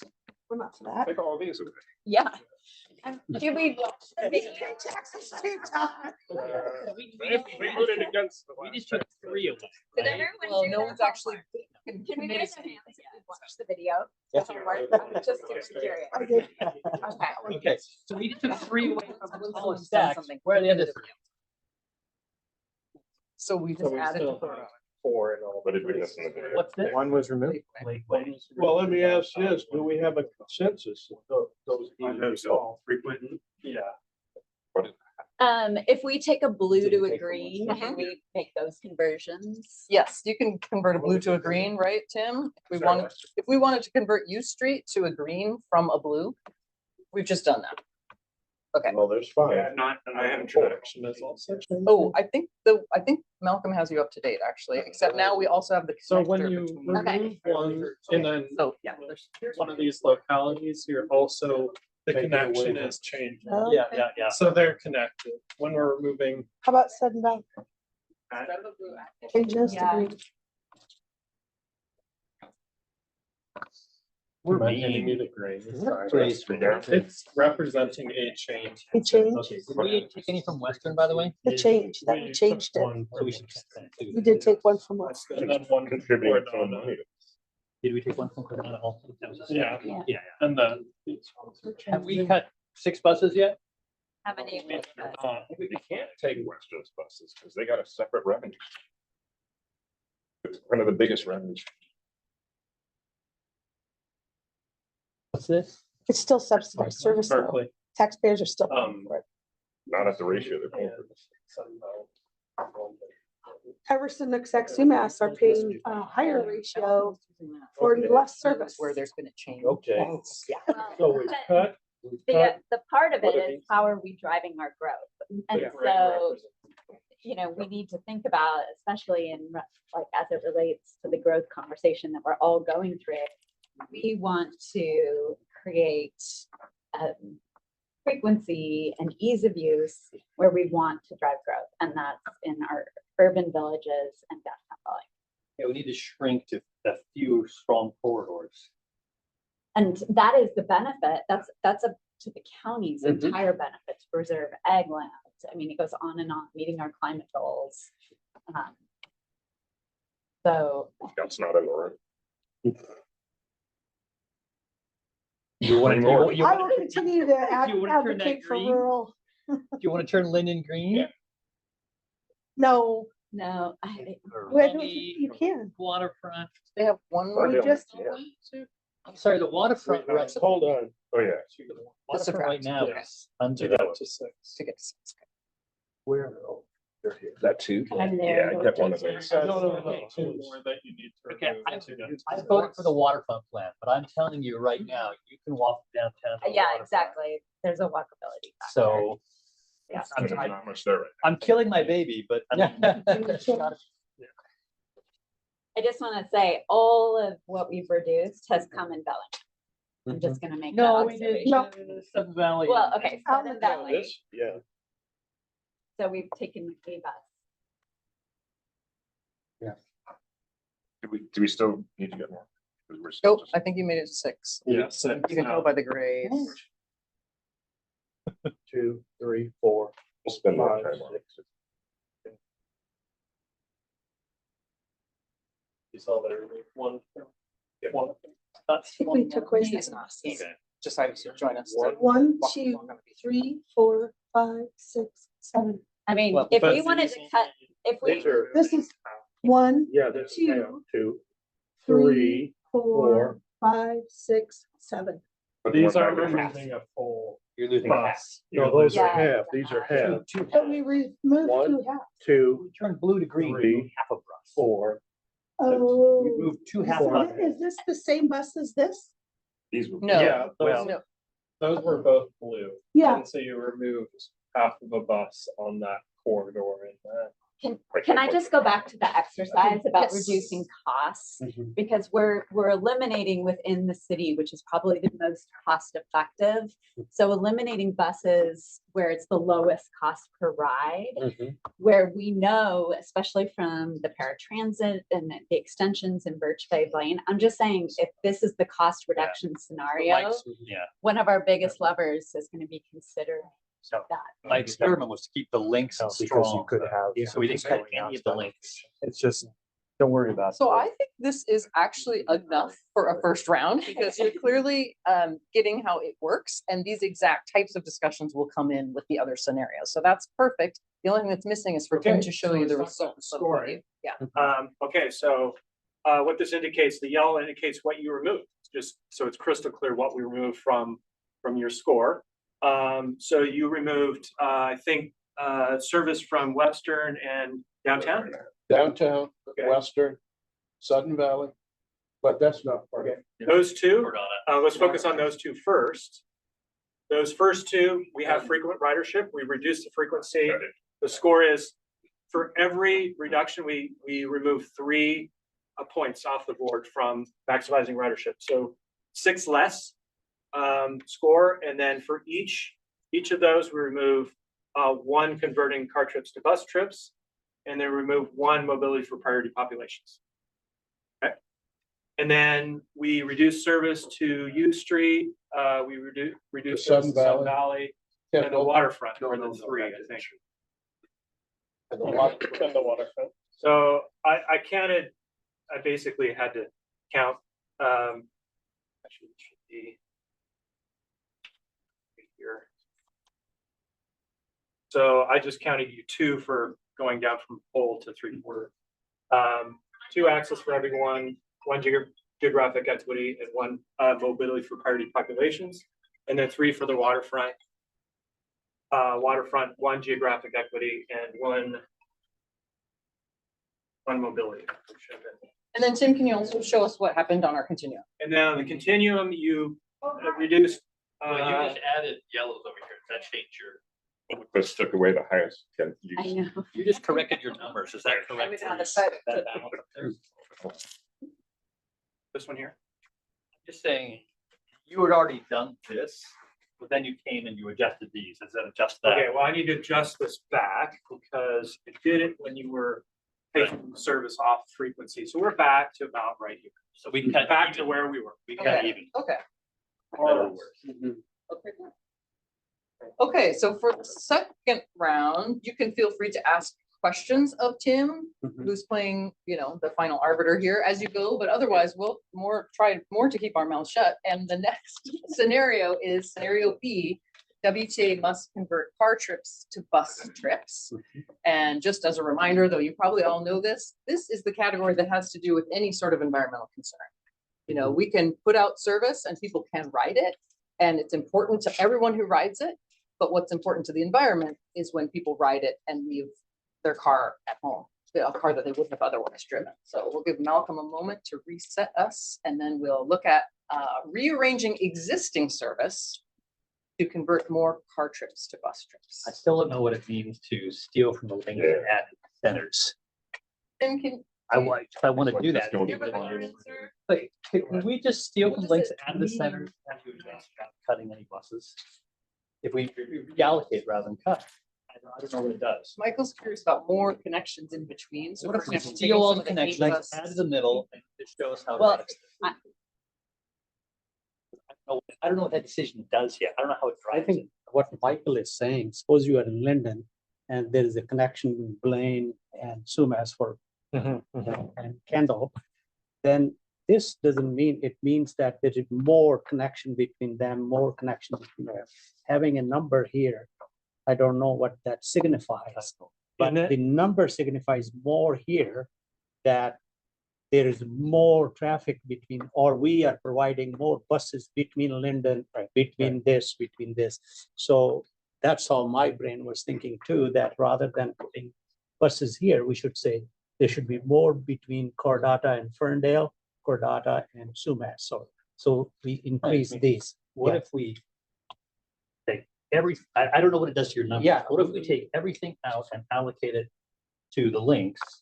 Right? Same thing here. Take everything out and add it to the links. Yeah. What does that actually mean in terms of driving the numbers, The ridership? service, yeah, how many Yeah. routes? If I do How that, many routes are going? Sorry. That's all. Yeah, I think we wanted to acknowledge that no, what like if I for- did that? for the case of Linden, Uh-huh. we've heard talk, well, it's important to have this connect. We know Yeah. many people from Linden are coming into Bellingham, right? For Yeah. medical widow shopping. Yeah. And so is it equally as important to have a service within Linden? Yeah. And that's that could be a different kind of service. We're talking about Yes, yes, circulator yeah, versus.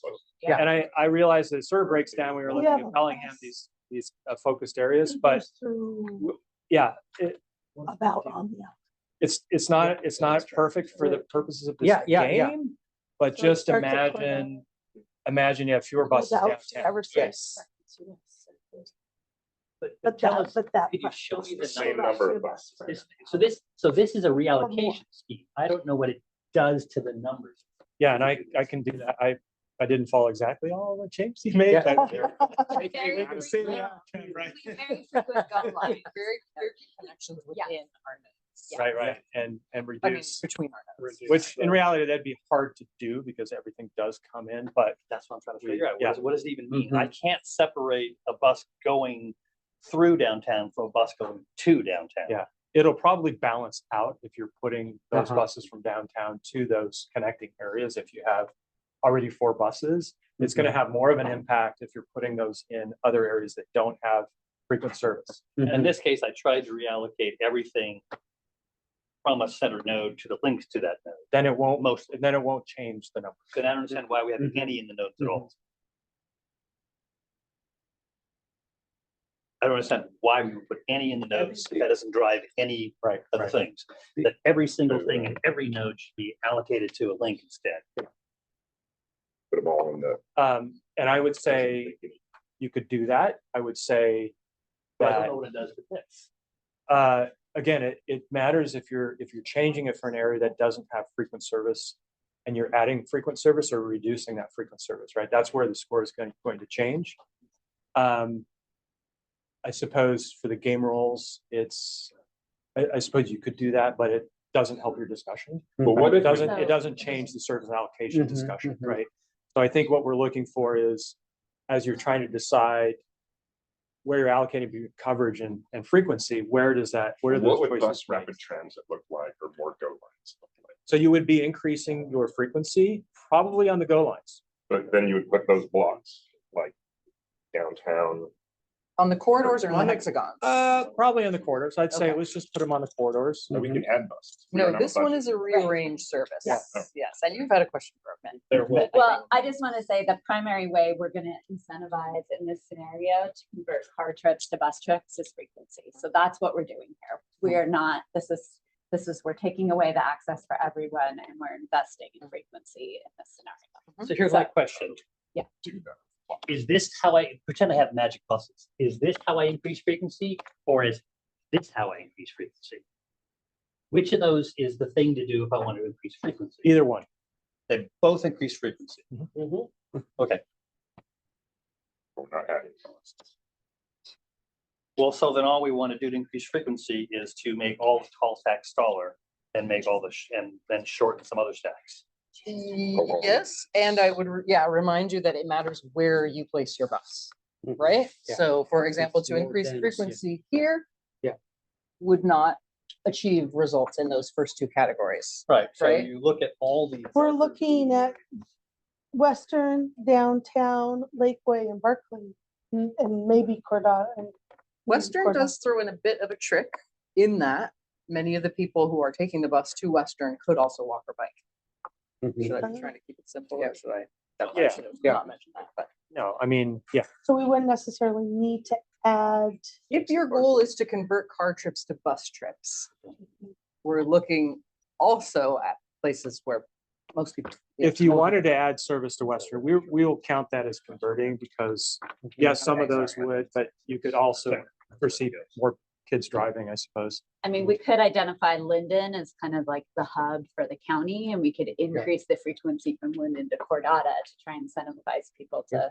Now, the purpose of the game, that does not increase your, and the reason, Okay. the reason we're saying that is because if you think about, if you have, the trip lengths are longer, but the scale is smaller. Like you have many fewer people who would ride. So if you do the math, Yeah. you're getting proportionally more people out of the car trips in these walkable, dense Yeah. areas. Do you take induced demands into account? Because that's, if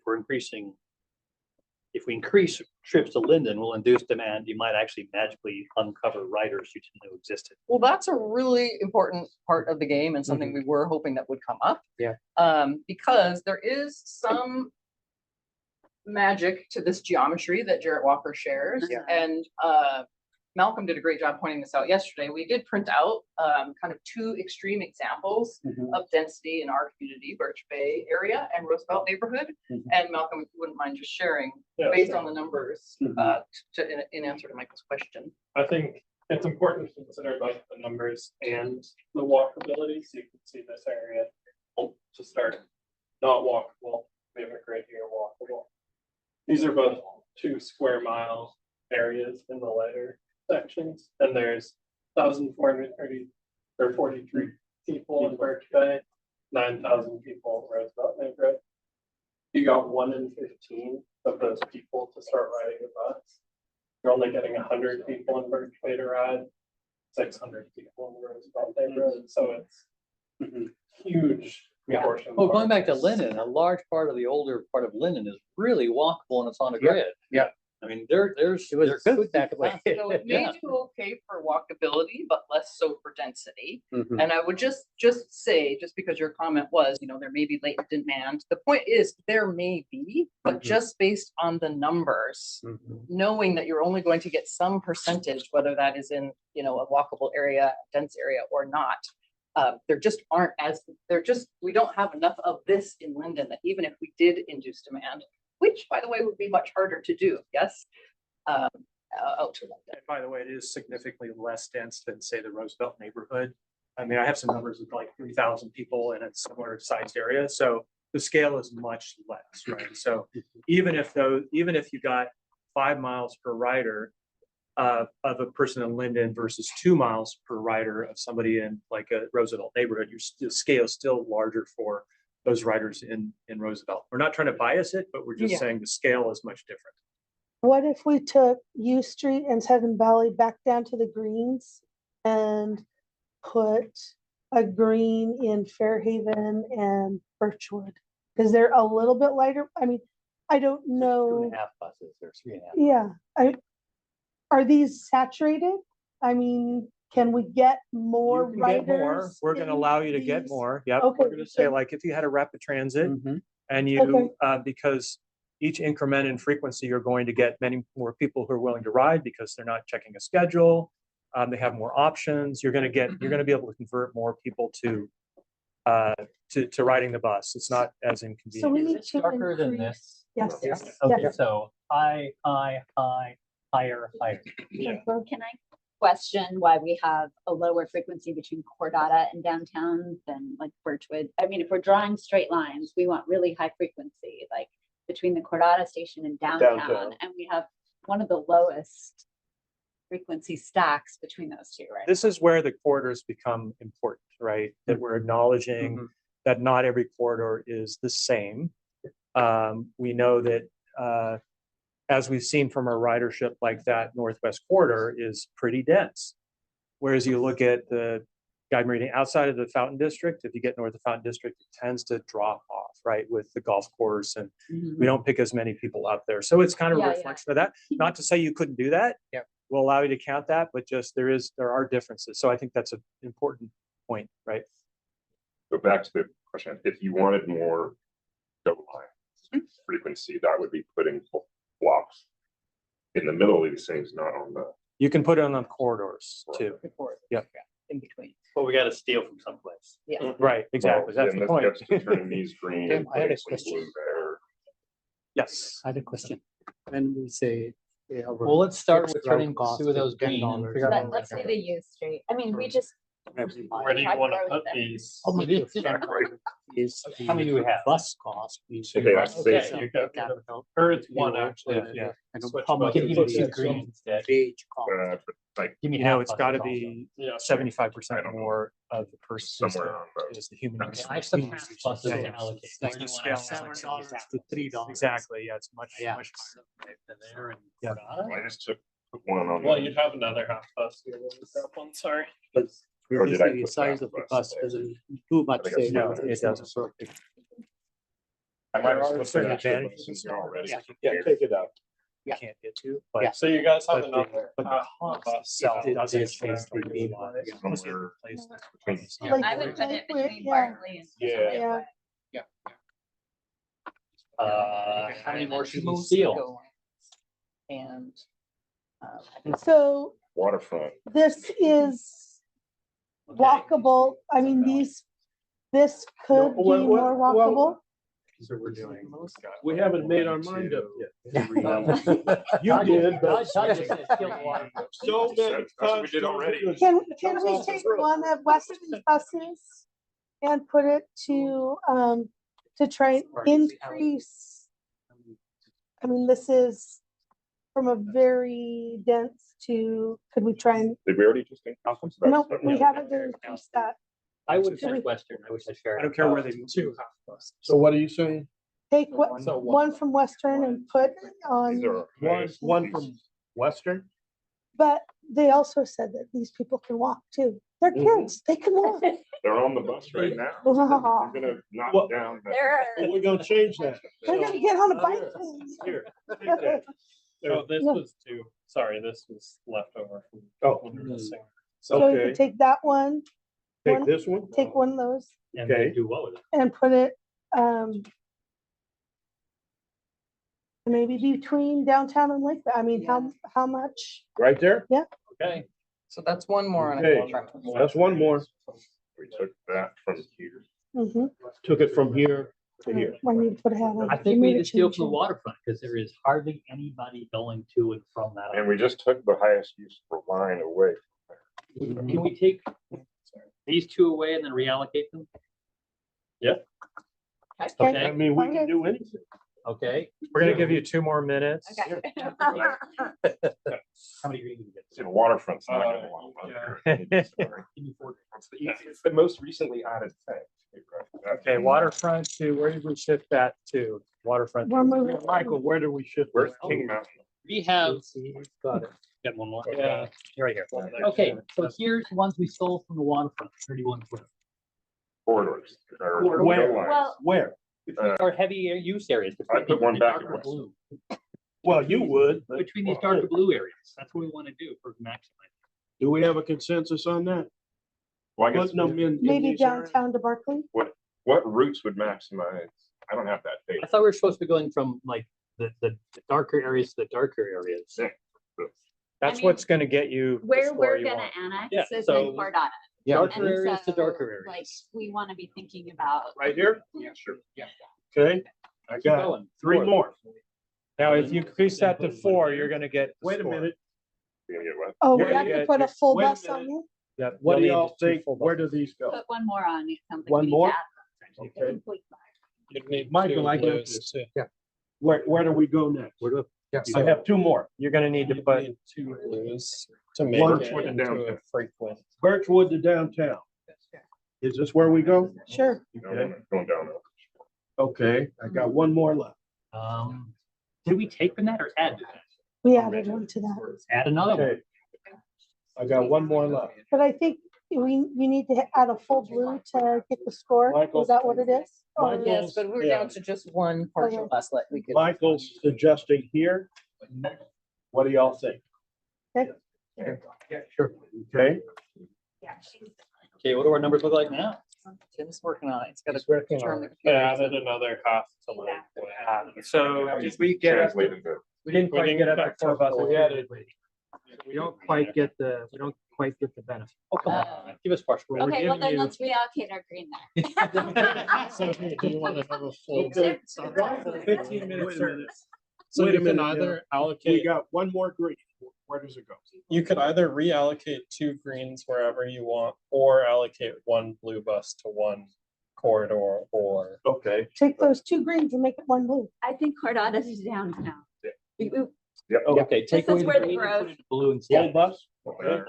Yeah, Now, if you get one more bus, then you get the score. Okay. Otherwise, you don't get the score. Okay, just a minute. Let me Or is consider. it matching that. number? Okay. Okay, Yeah, so I 20-minute service doesn't take that. I got 2 greens. Where No, I they go? think No, we just- that's- that they're that replaced the blue. Are we You good? did it. I think you did it. Yeah. So that just, Okay, we're that done. wouldn't change the score. Yeah. You'd need to put that blue somewhere where it would get you to 4 buses an hour. to Or we change the see score. someplace else. Now we understand the 4. Yeah. So that's, I'm sorry, steal from Fairhaven. That's where I live. Steal. well, this isn't really necessarily getting us in it that much. No. So, yeah. So that That gets you gets to us to 4. 4. Mhm. Okay. I don't know if I scored this properly, so. We trust you. You may or may not have followed all of it, but you did maximize your ridership. You gained car trips to bus trips. I would say this shifts over to more maximizing riderships, which is defined by the rules. And I'm not sure I got this right either, but you did lose some access because you moved it around from other outer areas.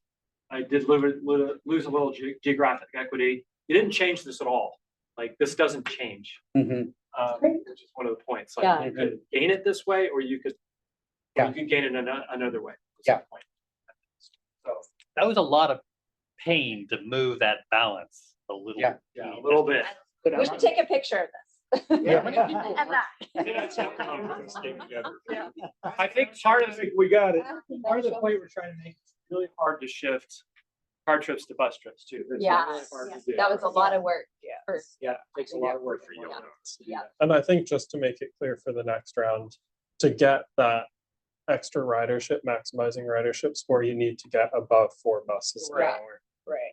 In Because an I area think that that has wasn't clear density at first. Yes, in an area that has density and walkability. That's right. Above 4 buses. Correct. Well, At or. at or, 15 yeah, minutes. At or above. yeah, 4 buses in a dense area gets you scored in converting car trips to bus trips. Okay, are we ready for? This is, who put this all together? It's mostly Tim. Tim, Wow. it's a team, yeah, it is. Realize everything, you know? Okay, just moving on to the next scenario. This time, you're gonna increase mobility for priority populations. So, Where do they live? seniors, persons with disabilities, 0 vehicle households, low income, and BIPOC populations. Those are our 5 priority populations. So where do they live? Yeah, that's. Everywhere. They're everywhere. Right, right. No, I can't do it. which is sort of a And it's rhetorical. rearrange existing I can't. service. We can't add Yeah, service. like, how I are we can't do gonna- it. If you're telling me that they're all over, then there's no change I could make which would move that number. I'm done. The question is there a place you would want to move it based on that? No, and maybe there isn't.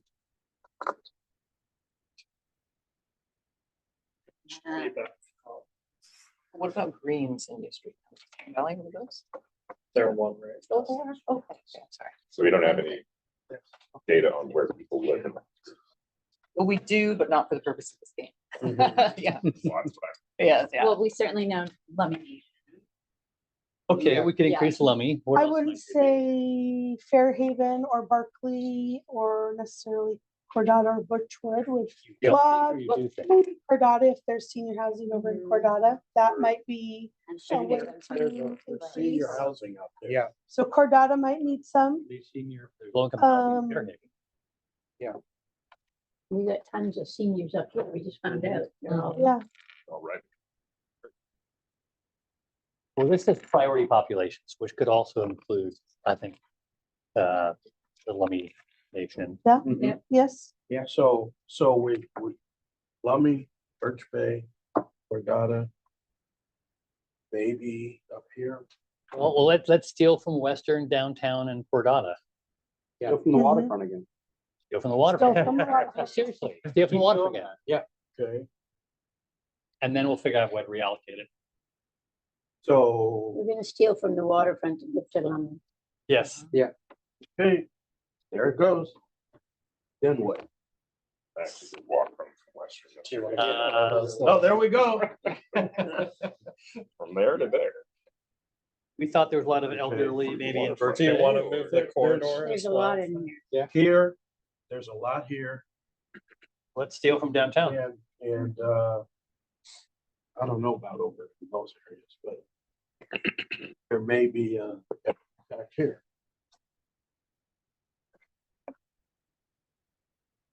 Yeah, we'll see. So what do you guys think?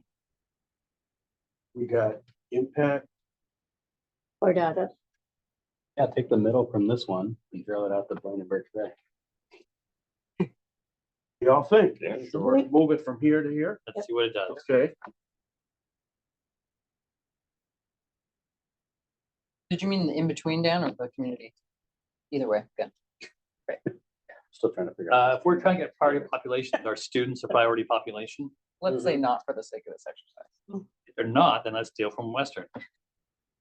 okay. Deal from Western, Yeah, take, I would, 2 or 1? take two. Because we're making guesses. 2 or 1, everybody? too. 2, okay, Where we- got it. I don't know where put- these are. maybe these one located going- such as priority population No, there's nobody in evenly each street. distributed? Okay, My husband used to live there. There are so many apartments crammed What is happening is sort of what we were hoping. Up- people would identify up the U places Street Hill and, On the Or- top of the hill. yeah. Priority And populations, there because it is your is point on that a- there are plenty. Well, I don't know. if they- okay. Do we assume that they're evenly distributed or Skip needs to know where we're putting them. there's more I have here? two I buses. think that's what we're getting at. There's more I in have certain 2 buses. places. Like, there's not a lot. So, Does Um, Linden have priority populations? I mean, if you look at priority population. Senior. Yeah, Columbia Valley. I would put another block, I would put another circular in Linden itself as opposed to a connector. okay, And Kendall, yeah, Kendall would be, This is our lowest income. Let's add the Kendall. change both of those greens to blues. yeah, Western, yeah, there you go. And this one too. Where are we gonna get that one? Uh, Oh, So then you still have these 2 buses that you, oh, we do. 3-quarter buses that you. Add them to Sumac and Okay. everything. So we can add one here? yeah, Putting yeah, this on the yeah. left. Okay, there we go. Yeah. Turn this one to a blue. Okay. Those two back. Do you want this to be a blue as Yeah. well? Yes. Yeah. Use the other green. The blue there, and I Yeah. got one more green. No, I don't. No, you just used that, I think. Yeah, yeah. Yes. Yeah, right, Okay, this is good. Okay, let's look at the results here. First, I'll talk about maximizing coverage. We've shifted at more access for everyone because you took service off of Western. We added points there. We shifted more towards broad coverage. This whole percentage here, a little bit more geographic equity. This didn't change. did a good job figuring out where that was needed. You reduce some maximizing ridership and you reduce some converting car trips. So we have one last scenario. This is going to be a little bit more fun than that, or easy than the Oh, last my one, hopefully. goodness. You get $5 million more to spend, and That ain't gonna. that's equivalent to 10 new buses. So you don't have to reallocate. You can just simply add buses. to- No, frequency. $10 million. Sorry, $5 million for 10 buses. 10 We- blocks. We have $5 million. I move more donuts for the board meeting. Yeah, sorry. I think I would add more in the rural areas. Okay. We got Eight, 5 nine. million, blah, blah, blah. We gotta add. I'm 10 more strongly opposed to And that, then one's. To what? to adding in the rural areas. Okay, everyone, here's our But 10 we buses. have to think about the growth conversation that we're having Yeah, right here's now. our 10 buses. Who's taking the growth? So if we're Okay. thinking of growth. Yeah. Comp plan, we're taking some of it Yeah, too. I think Ferndale, All the new growth comes from Yes. Dale. And then, I would say add in Ferndale. Okay, every corridor that's 3 needs to become 4. All these 3s Yes. need to be bumped up to 4 Yeah. to get full credit. Okay. Yeah, Yeah. This needs to be bumped and up to I 4. think that. Well, it's already out. Hey, hold on. Michael's saying all these need 4, Tim is saying that. What are the rest of y'all saying? yeah, frequency. So bump each one of these If up it- to if it's 4. below 4, make it 4. Okay. Do we have consensus on that? Yeah. Sure. Okay. This one's 4. This That is one's still already three. 4. This one's 3. So So we'll put 4. Two buses. And we got 4 more buses to So add. I would say that we should add There. more buses to these, to the rural areas now, I mean. The geographic faculties. Just give a little, you were gonna put them here. Well, Yeah. I'm listening to him. I would got say 4 buses. 4 buses, add 1 to this and 1 more to this. And the other 2. What about 2 Yeah. to downtown Cordata? I had 2 in my hand, so. Yeah, this corridor. Yeah. So this one needs to be what, 4? 4. If it isn't 4, it doesn't count. I got 2 more. Well, we were gonna add some up here. Did we add these? Yeah, We already did? I did. What does this mean that this is 4, but this is only 2? Maybe. Portion isn't. Okay, do we have any more to add here? But you could take 1 from here. Well, but Well, that's that will 4. drop you below. Yeah, can we get stuff to 4? Add 2 Yeah, more? put these 2 there. Let's go for it. Let's see what it does. Okay.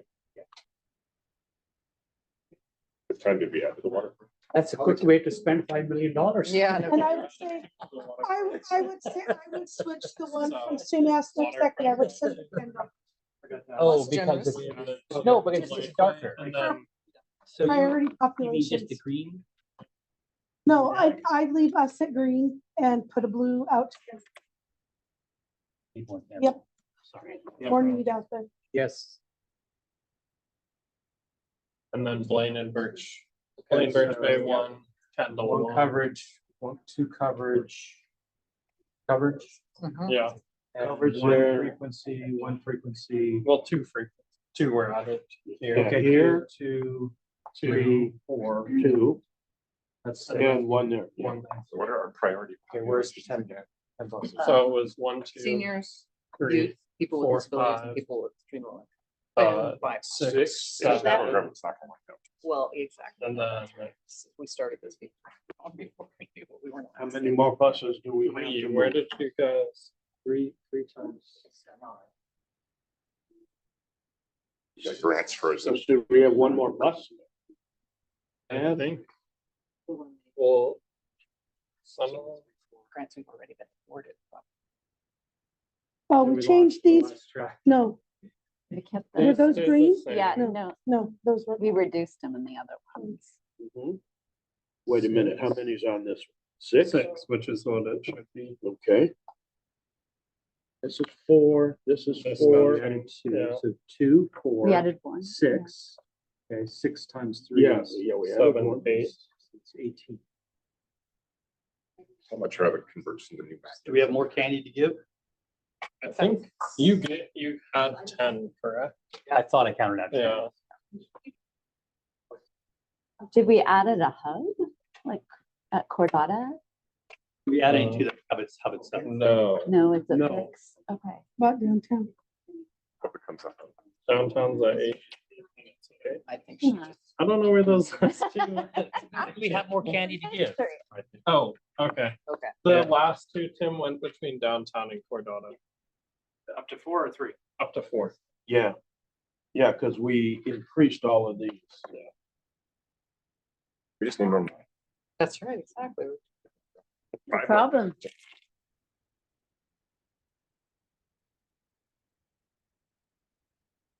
It's easy to get maximized ridership with $5 million more.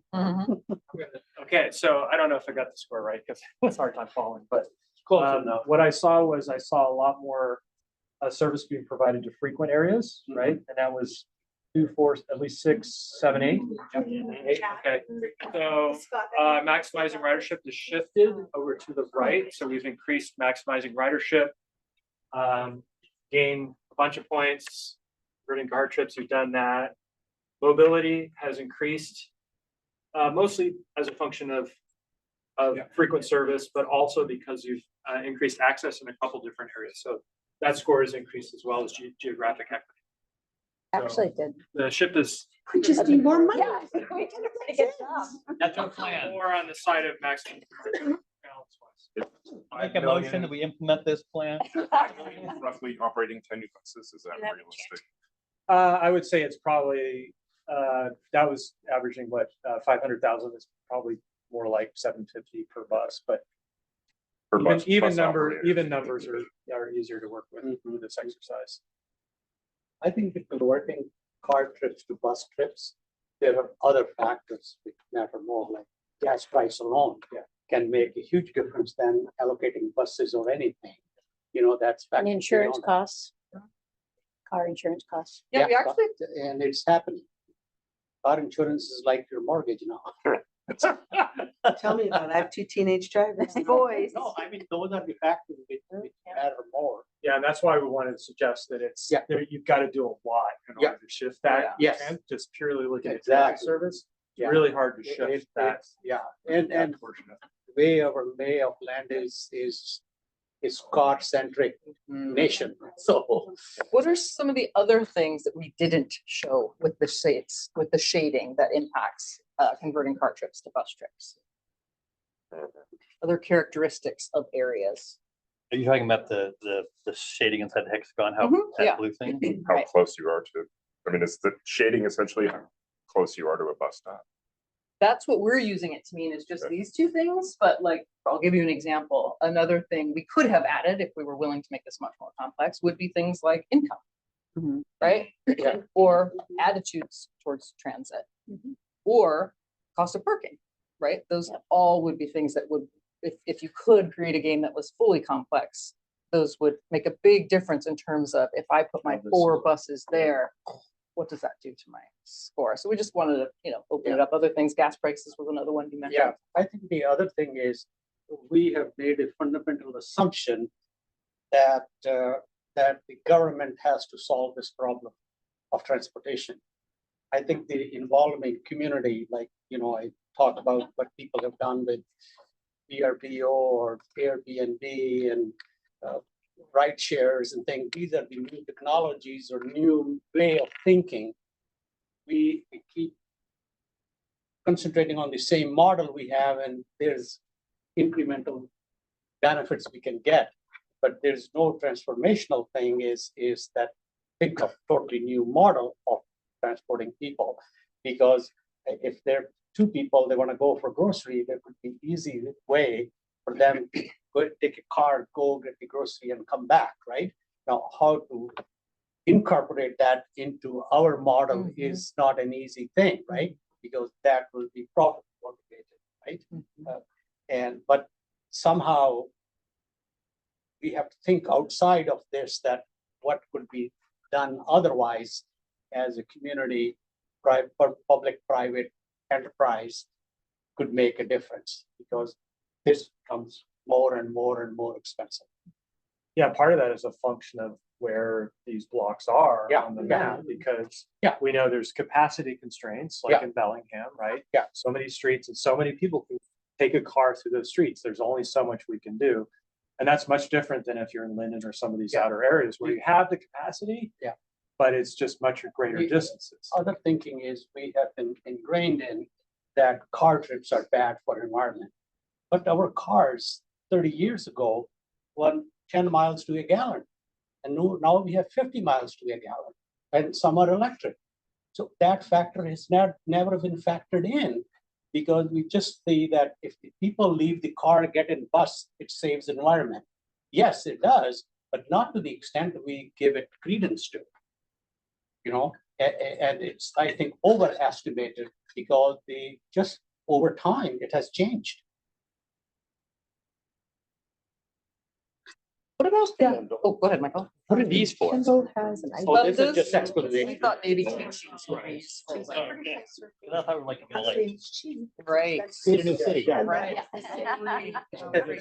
That is. What about yes, the, and that's for for the fact that you needed 4 Us, buses Everson, to score on the for Everson scale? Did that make House. sense for people, or does that worth talking about a little bit? I think every 20 minutes, And if you have as 3. soon as. Yeah. What happens if you hit like 12 or 10 minutes? What does that look like? Yeah, I think the thing to keep in mind, like everyone's situation here, like what would encourage you to get on the bus, right? What would Rain. Besides rain, like how often, it's kind of like the analogy is your garage door.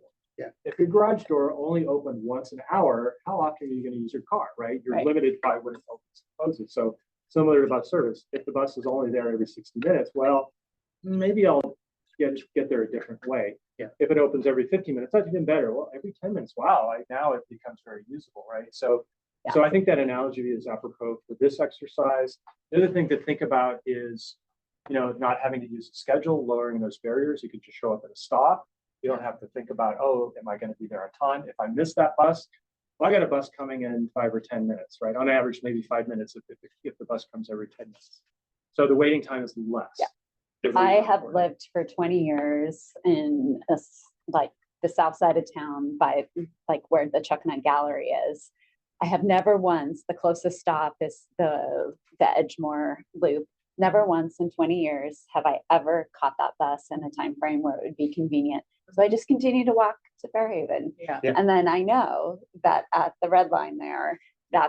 so in 20 years, I have never caught my closest bus. I will continue to walk to catch To where for it is frequency. free. The bus is Yeah. once an hour and only goes in Yes. one direction. Yes. So two issues, I guess, for a rider is it's not convenient for many people. Yeah. I think the Exactly. flip side of that is if bus is coming every 10 minutes, there will be more empty seats.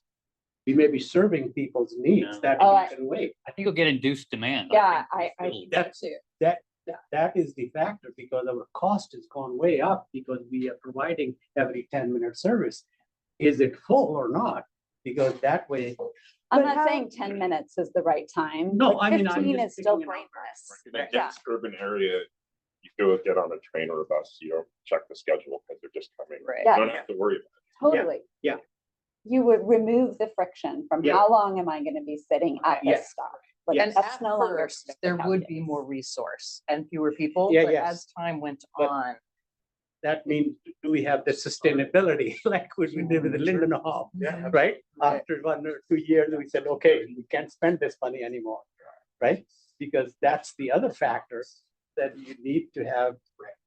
Well, I think that is though, I mean, to Maureen's point, where does the population that is inclined to use transportation? Yeah. That is part of Bellingham. Yeah. Our public comments that we receive are full of help us Yeah. create, continue investments Yeah. in public Yeah. transportation. and some of the policy decisions, for example, around parking, Yeah. are things that are Density, I think. this is- complementary. But it is. So look at this over here. Not own Every cars. single thing went up.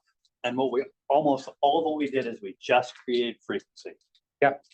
We had every good thing and all we did was create frequency. And all it cost was money. All costs- Because the fares are not going, I mean, the increased ridership is not going to add up to $5 million. one of the I things mean- that I'm thinking is, and I'm generalizing, not specific. Because I was thinking, when my daughter lived in New York City, and their lives were controlled by the subway system and the bus The system rest of the time. in the city. Once you got outside of the city, it was a different, I mean, once you got outside of Manhattan and you went upstate or somewhere else, this picture totally changed. Yeah. And what I'm seeing here is the service as far as ridership goes. Is here, is right in here. Yeah. And then everything else is broader coverage. Equity or. But, but the fundamental piece I'm thinking of is, in this area, how convenient is it for me to walk down to Alabama Street, catch a bus that I can depend on, without having to wait a half hour or 40 minutes or what have you. When I first moved here, the bus came up into St. Clair Street and picked you up right at Damani Johnson's house. So I could just walk down the block, get on the bus, go anywhere. That doesn't happen anymore. But the frequency, we're not gonna have this. No. That's not gonna be a realistic scenario. The scenario we're gonna get to move the needle towards more route riders. Yeah, yeah. going that Well, way is gonna be It's Zero through sum rearranging, yeah, it's through. Well, rearranging. it's almost like we have a two-sided thing. See, one is, in this area, we want to increase ridership. But maybe out here, it's a different picture. And where does the percentage go? Yeah. Is I mean, it 50-50, 60-40? Yeah, in my perfect world would be, you can get rid of parking requirements in a lot of areas. There are a lot of people who don't want to have cars, so you can build things cheaper without garages, without parking. But it's not gonna work all over the place. It's only gonna work in some areas and. But I have a lot of students who don't have cars. They don't. Yeah, I mean, I didn't have one. Kids in high school don't start driving until. See, and that's so completely different out in the county. Uh-huh. My 16-year-old wanted to drive as soon as, I mean, we have 3 cars and I have 2 sons driving 2 of our cars right now because and they're both going to the high school. Yeah. But one's going to Raspberry Ridge to play golf after high school and one is staying at the high school for baseball practice. And there's no other transportation for us. My kid's It's got 2 all of roommates. us. Neither of them have. He's the only one with a driver's license. Of Yeah. the 3 of them, and they're in their 20s, I mean, we have, and they live over here. Yeah. Are there any things, either because they've been driving you crazy and that aren't included, or because you actually think we could use them to evolve the game that you want to say? I'm looking at you, Michael. Anything that was not complex enough, or that made it difficult for you to play, and or that you just And could be say about- inserted in our next discussion. That's what I'm One thing listening we to. didn't change, we didn't change the blue shading. I would wonder about WTA the, can't do that, but growth and cities Oh, and zoning this can change shading. the blue shading. Yeah. Yeah. that was fixed. In the next 5 years or 10 years or 20 years. Change the Yeah, blue these are shading. gonna change. Yeah. And does it make sense if you only have a few blue shading credits to put a lot of blue here out in the Lummi Peninsula or put a lot of blue here downtown? If you could change the blue on here. I think that gets at like initiatives around housing, Right. TDM, those non-transit service related components. And when I originally envisioned this game, I thought about, oh, maybe we should do that. And was like, well, that made it way too complex. But that's an important point, right? What else? What are the kind of the other initiatives that we want to look at WTA besides service? That is a factor in how you might change ridership in some way. You had something, Tim. I think. Oh, and then Dan. Sorry, Go she had her hand up. Oh, I was gonna say, the other thing I think you need to consider is hours of service. That's Because not on at here what either. time Yep. are you doing that? And one of my biggest complaints has always been is that I can ride the bus to go somewhere and I can't get it back home. Yeah, that's not on here either. Yeah. That's just one of those things that hear you that need a to lot. consider. Yeah. So here's a bunch of riders. We're gonna connect them. We're gonna have a route. Great. Got a dead spot for them. Now, if we create more housing along the corridor, that is a completely, and you could even lose some of this, and it's still gonna be a better route. So to the extent that we can change the land use planning, so I don't know, in a sense, the corridors become colored too. If from Fairhaven all the way into downtown, my route picked up all along the way. And it kind of doesn't. There are big Yeah. long runs where like nobody We've seen gets that on. throughout King County. Right, yeah. For sure. And the thing that's like the green line, I bet it's picking up and dropping off along the entire route. So this is something we could, again, not WTA. I mean, our land use makes either an impossible or an easy task for WTA. And right now it's more on the impossible side. Mayor wanted to set her hand up. Okay. I just wanted to say something about converting car trips to bus trips and that it's a climate equity piece as well. Because when we're factoring in access for everyone and geographic equity, that's for the people that are here today. But every car trip that we're converting and lowering CO emissions, that's equity for people who are going to be here in 40 years. And so I just wanted to throw that, that's part of how I look at that, converting car trips to bus trips too. It's equity for the people here in the future. One of the things that I picked up talking to, where is it? You. Is, no, but it's more like in the past, it seems to me that having these two thingies, maximizing ridership and providing coverage, kind of molded into one thing, and that's the way the board and the well, I don't know about the organization, but they thought that, well, if we increase ridership to Kendall, that's a good thing, as opposed to providing broader coverage. And it seems like that those two things were kind of molded together. This requires two different systems almost. To me, it's like, yeah, we want to increase ridership here, but how do we deal with the outlying areas in a way that makes it convenient so that your son doesn't have to drive back from the golf course or something? And that's going to be our dilemma. Another question, oh, sorry. Yeah, no, go ahead. Well, I was just gonna say, is it even possible to make it convenient? Right.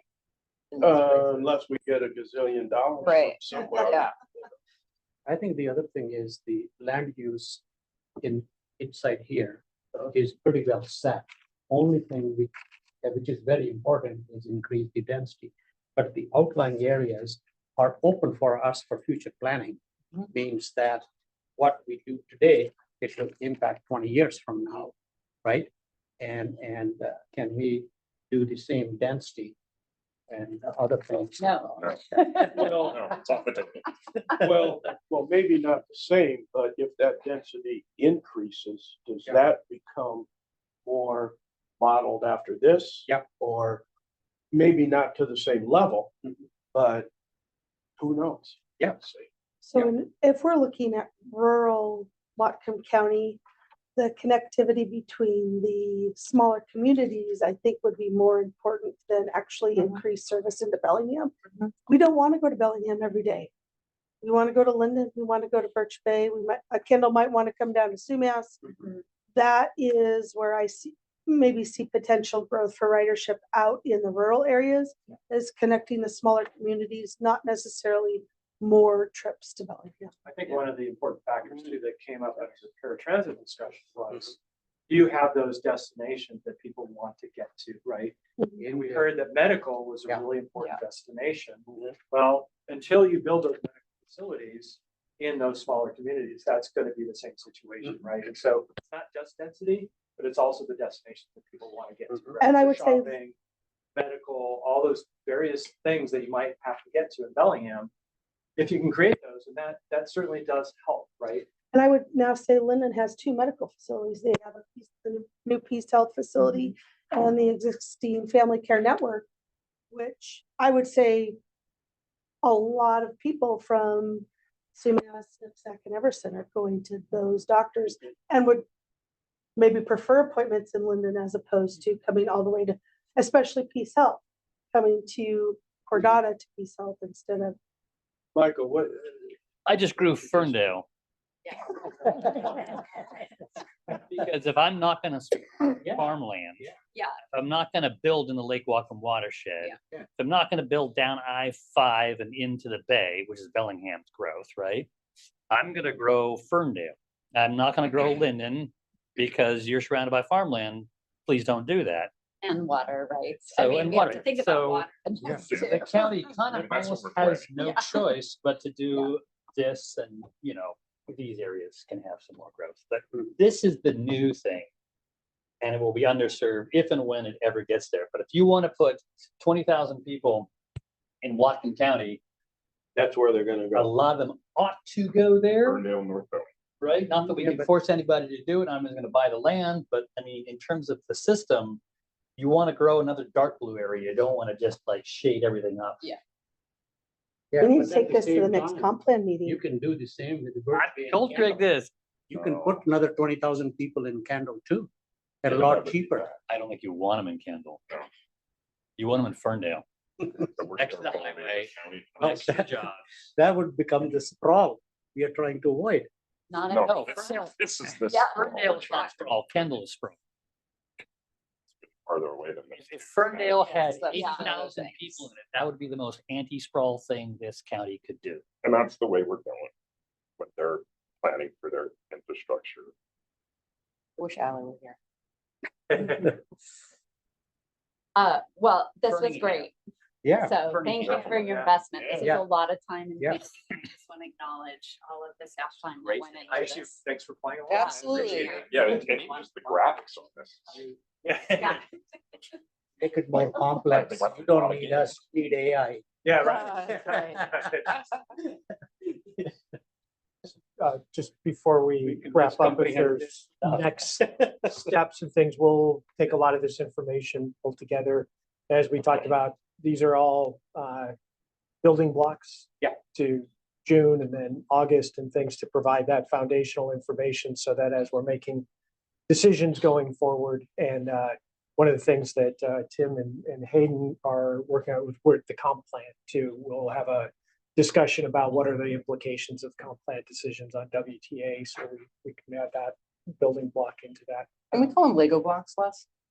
Your Lego blocks. Yeah, sure. Yeah. It's trademark. Yeah, exactly. I All right, have well- bad memories of stepping on Legos in the Ooh. middle. Yeah. I've got PTSD. Yeah, exactly. About like, We all do. All right, well, your participation exceeded our expectations. So I'm sorry to cut you off. I was just gonna say, I hope this, it's a heavy investment of time for you all. We appreciate that throughout the morning, but I hope you got a return on your investment of time. And we'll keep trying to do these things as we go into the other ones to make it worthwhile of your time. We're very cognizant of that. And then I just want to thank everybody who put time into, whether it's the game, Maureen and Tim and Malcolm, I think Amber as well. And Ben for the paratransit things. And just your staff is really trying to think strategically and holistically and how these things can fit together to make good decisions. And in support of you all that are making decisions in your communities, because that's what we're trying to do is help support those decisions. And so we recognize that supportive and supporting relationship. This is super helpful. So I'll pause there and turn it back over to our vice chair. Any further comments? I think it's important to, what came up at the end is to go lockstep with WTA and planning so that we go together and plan and service at the same time. So we are aware of what each other is doing it so that it makes sense.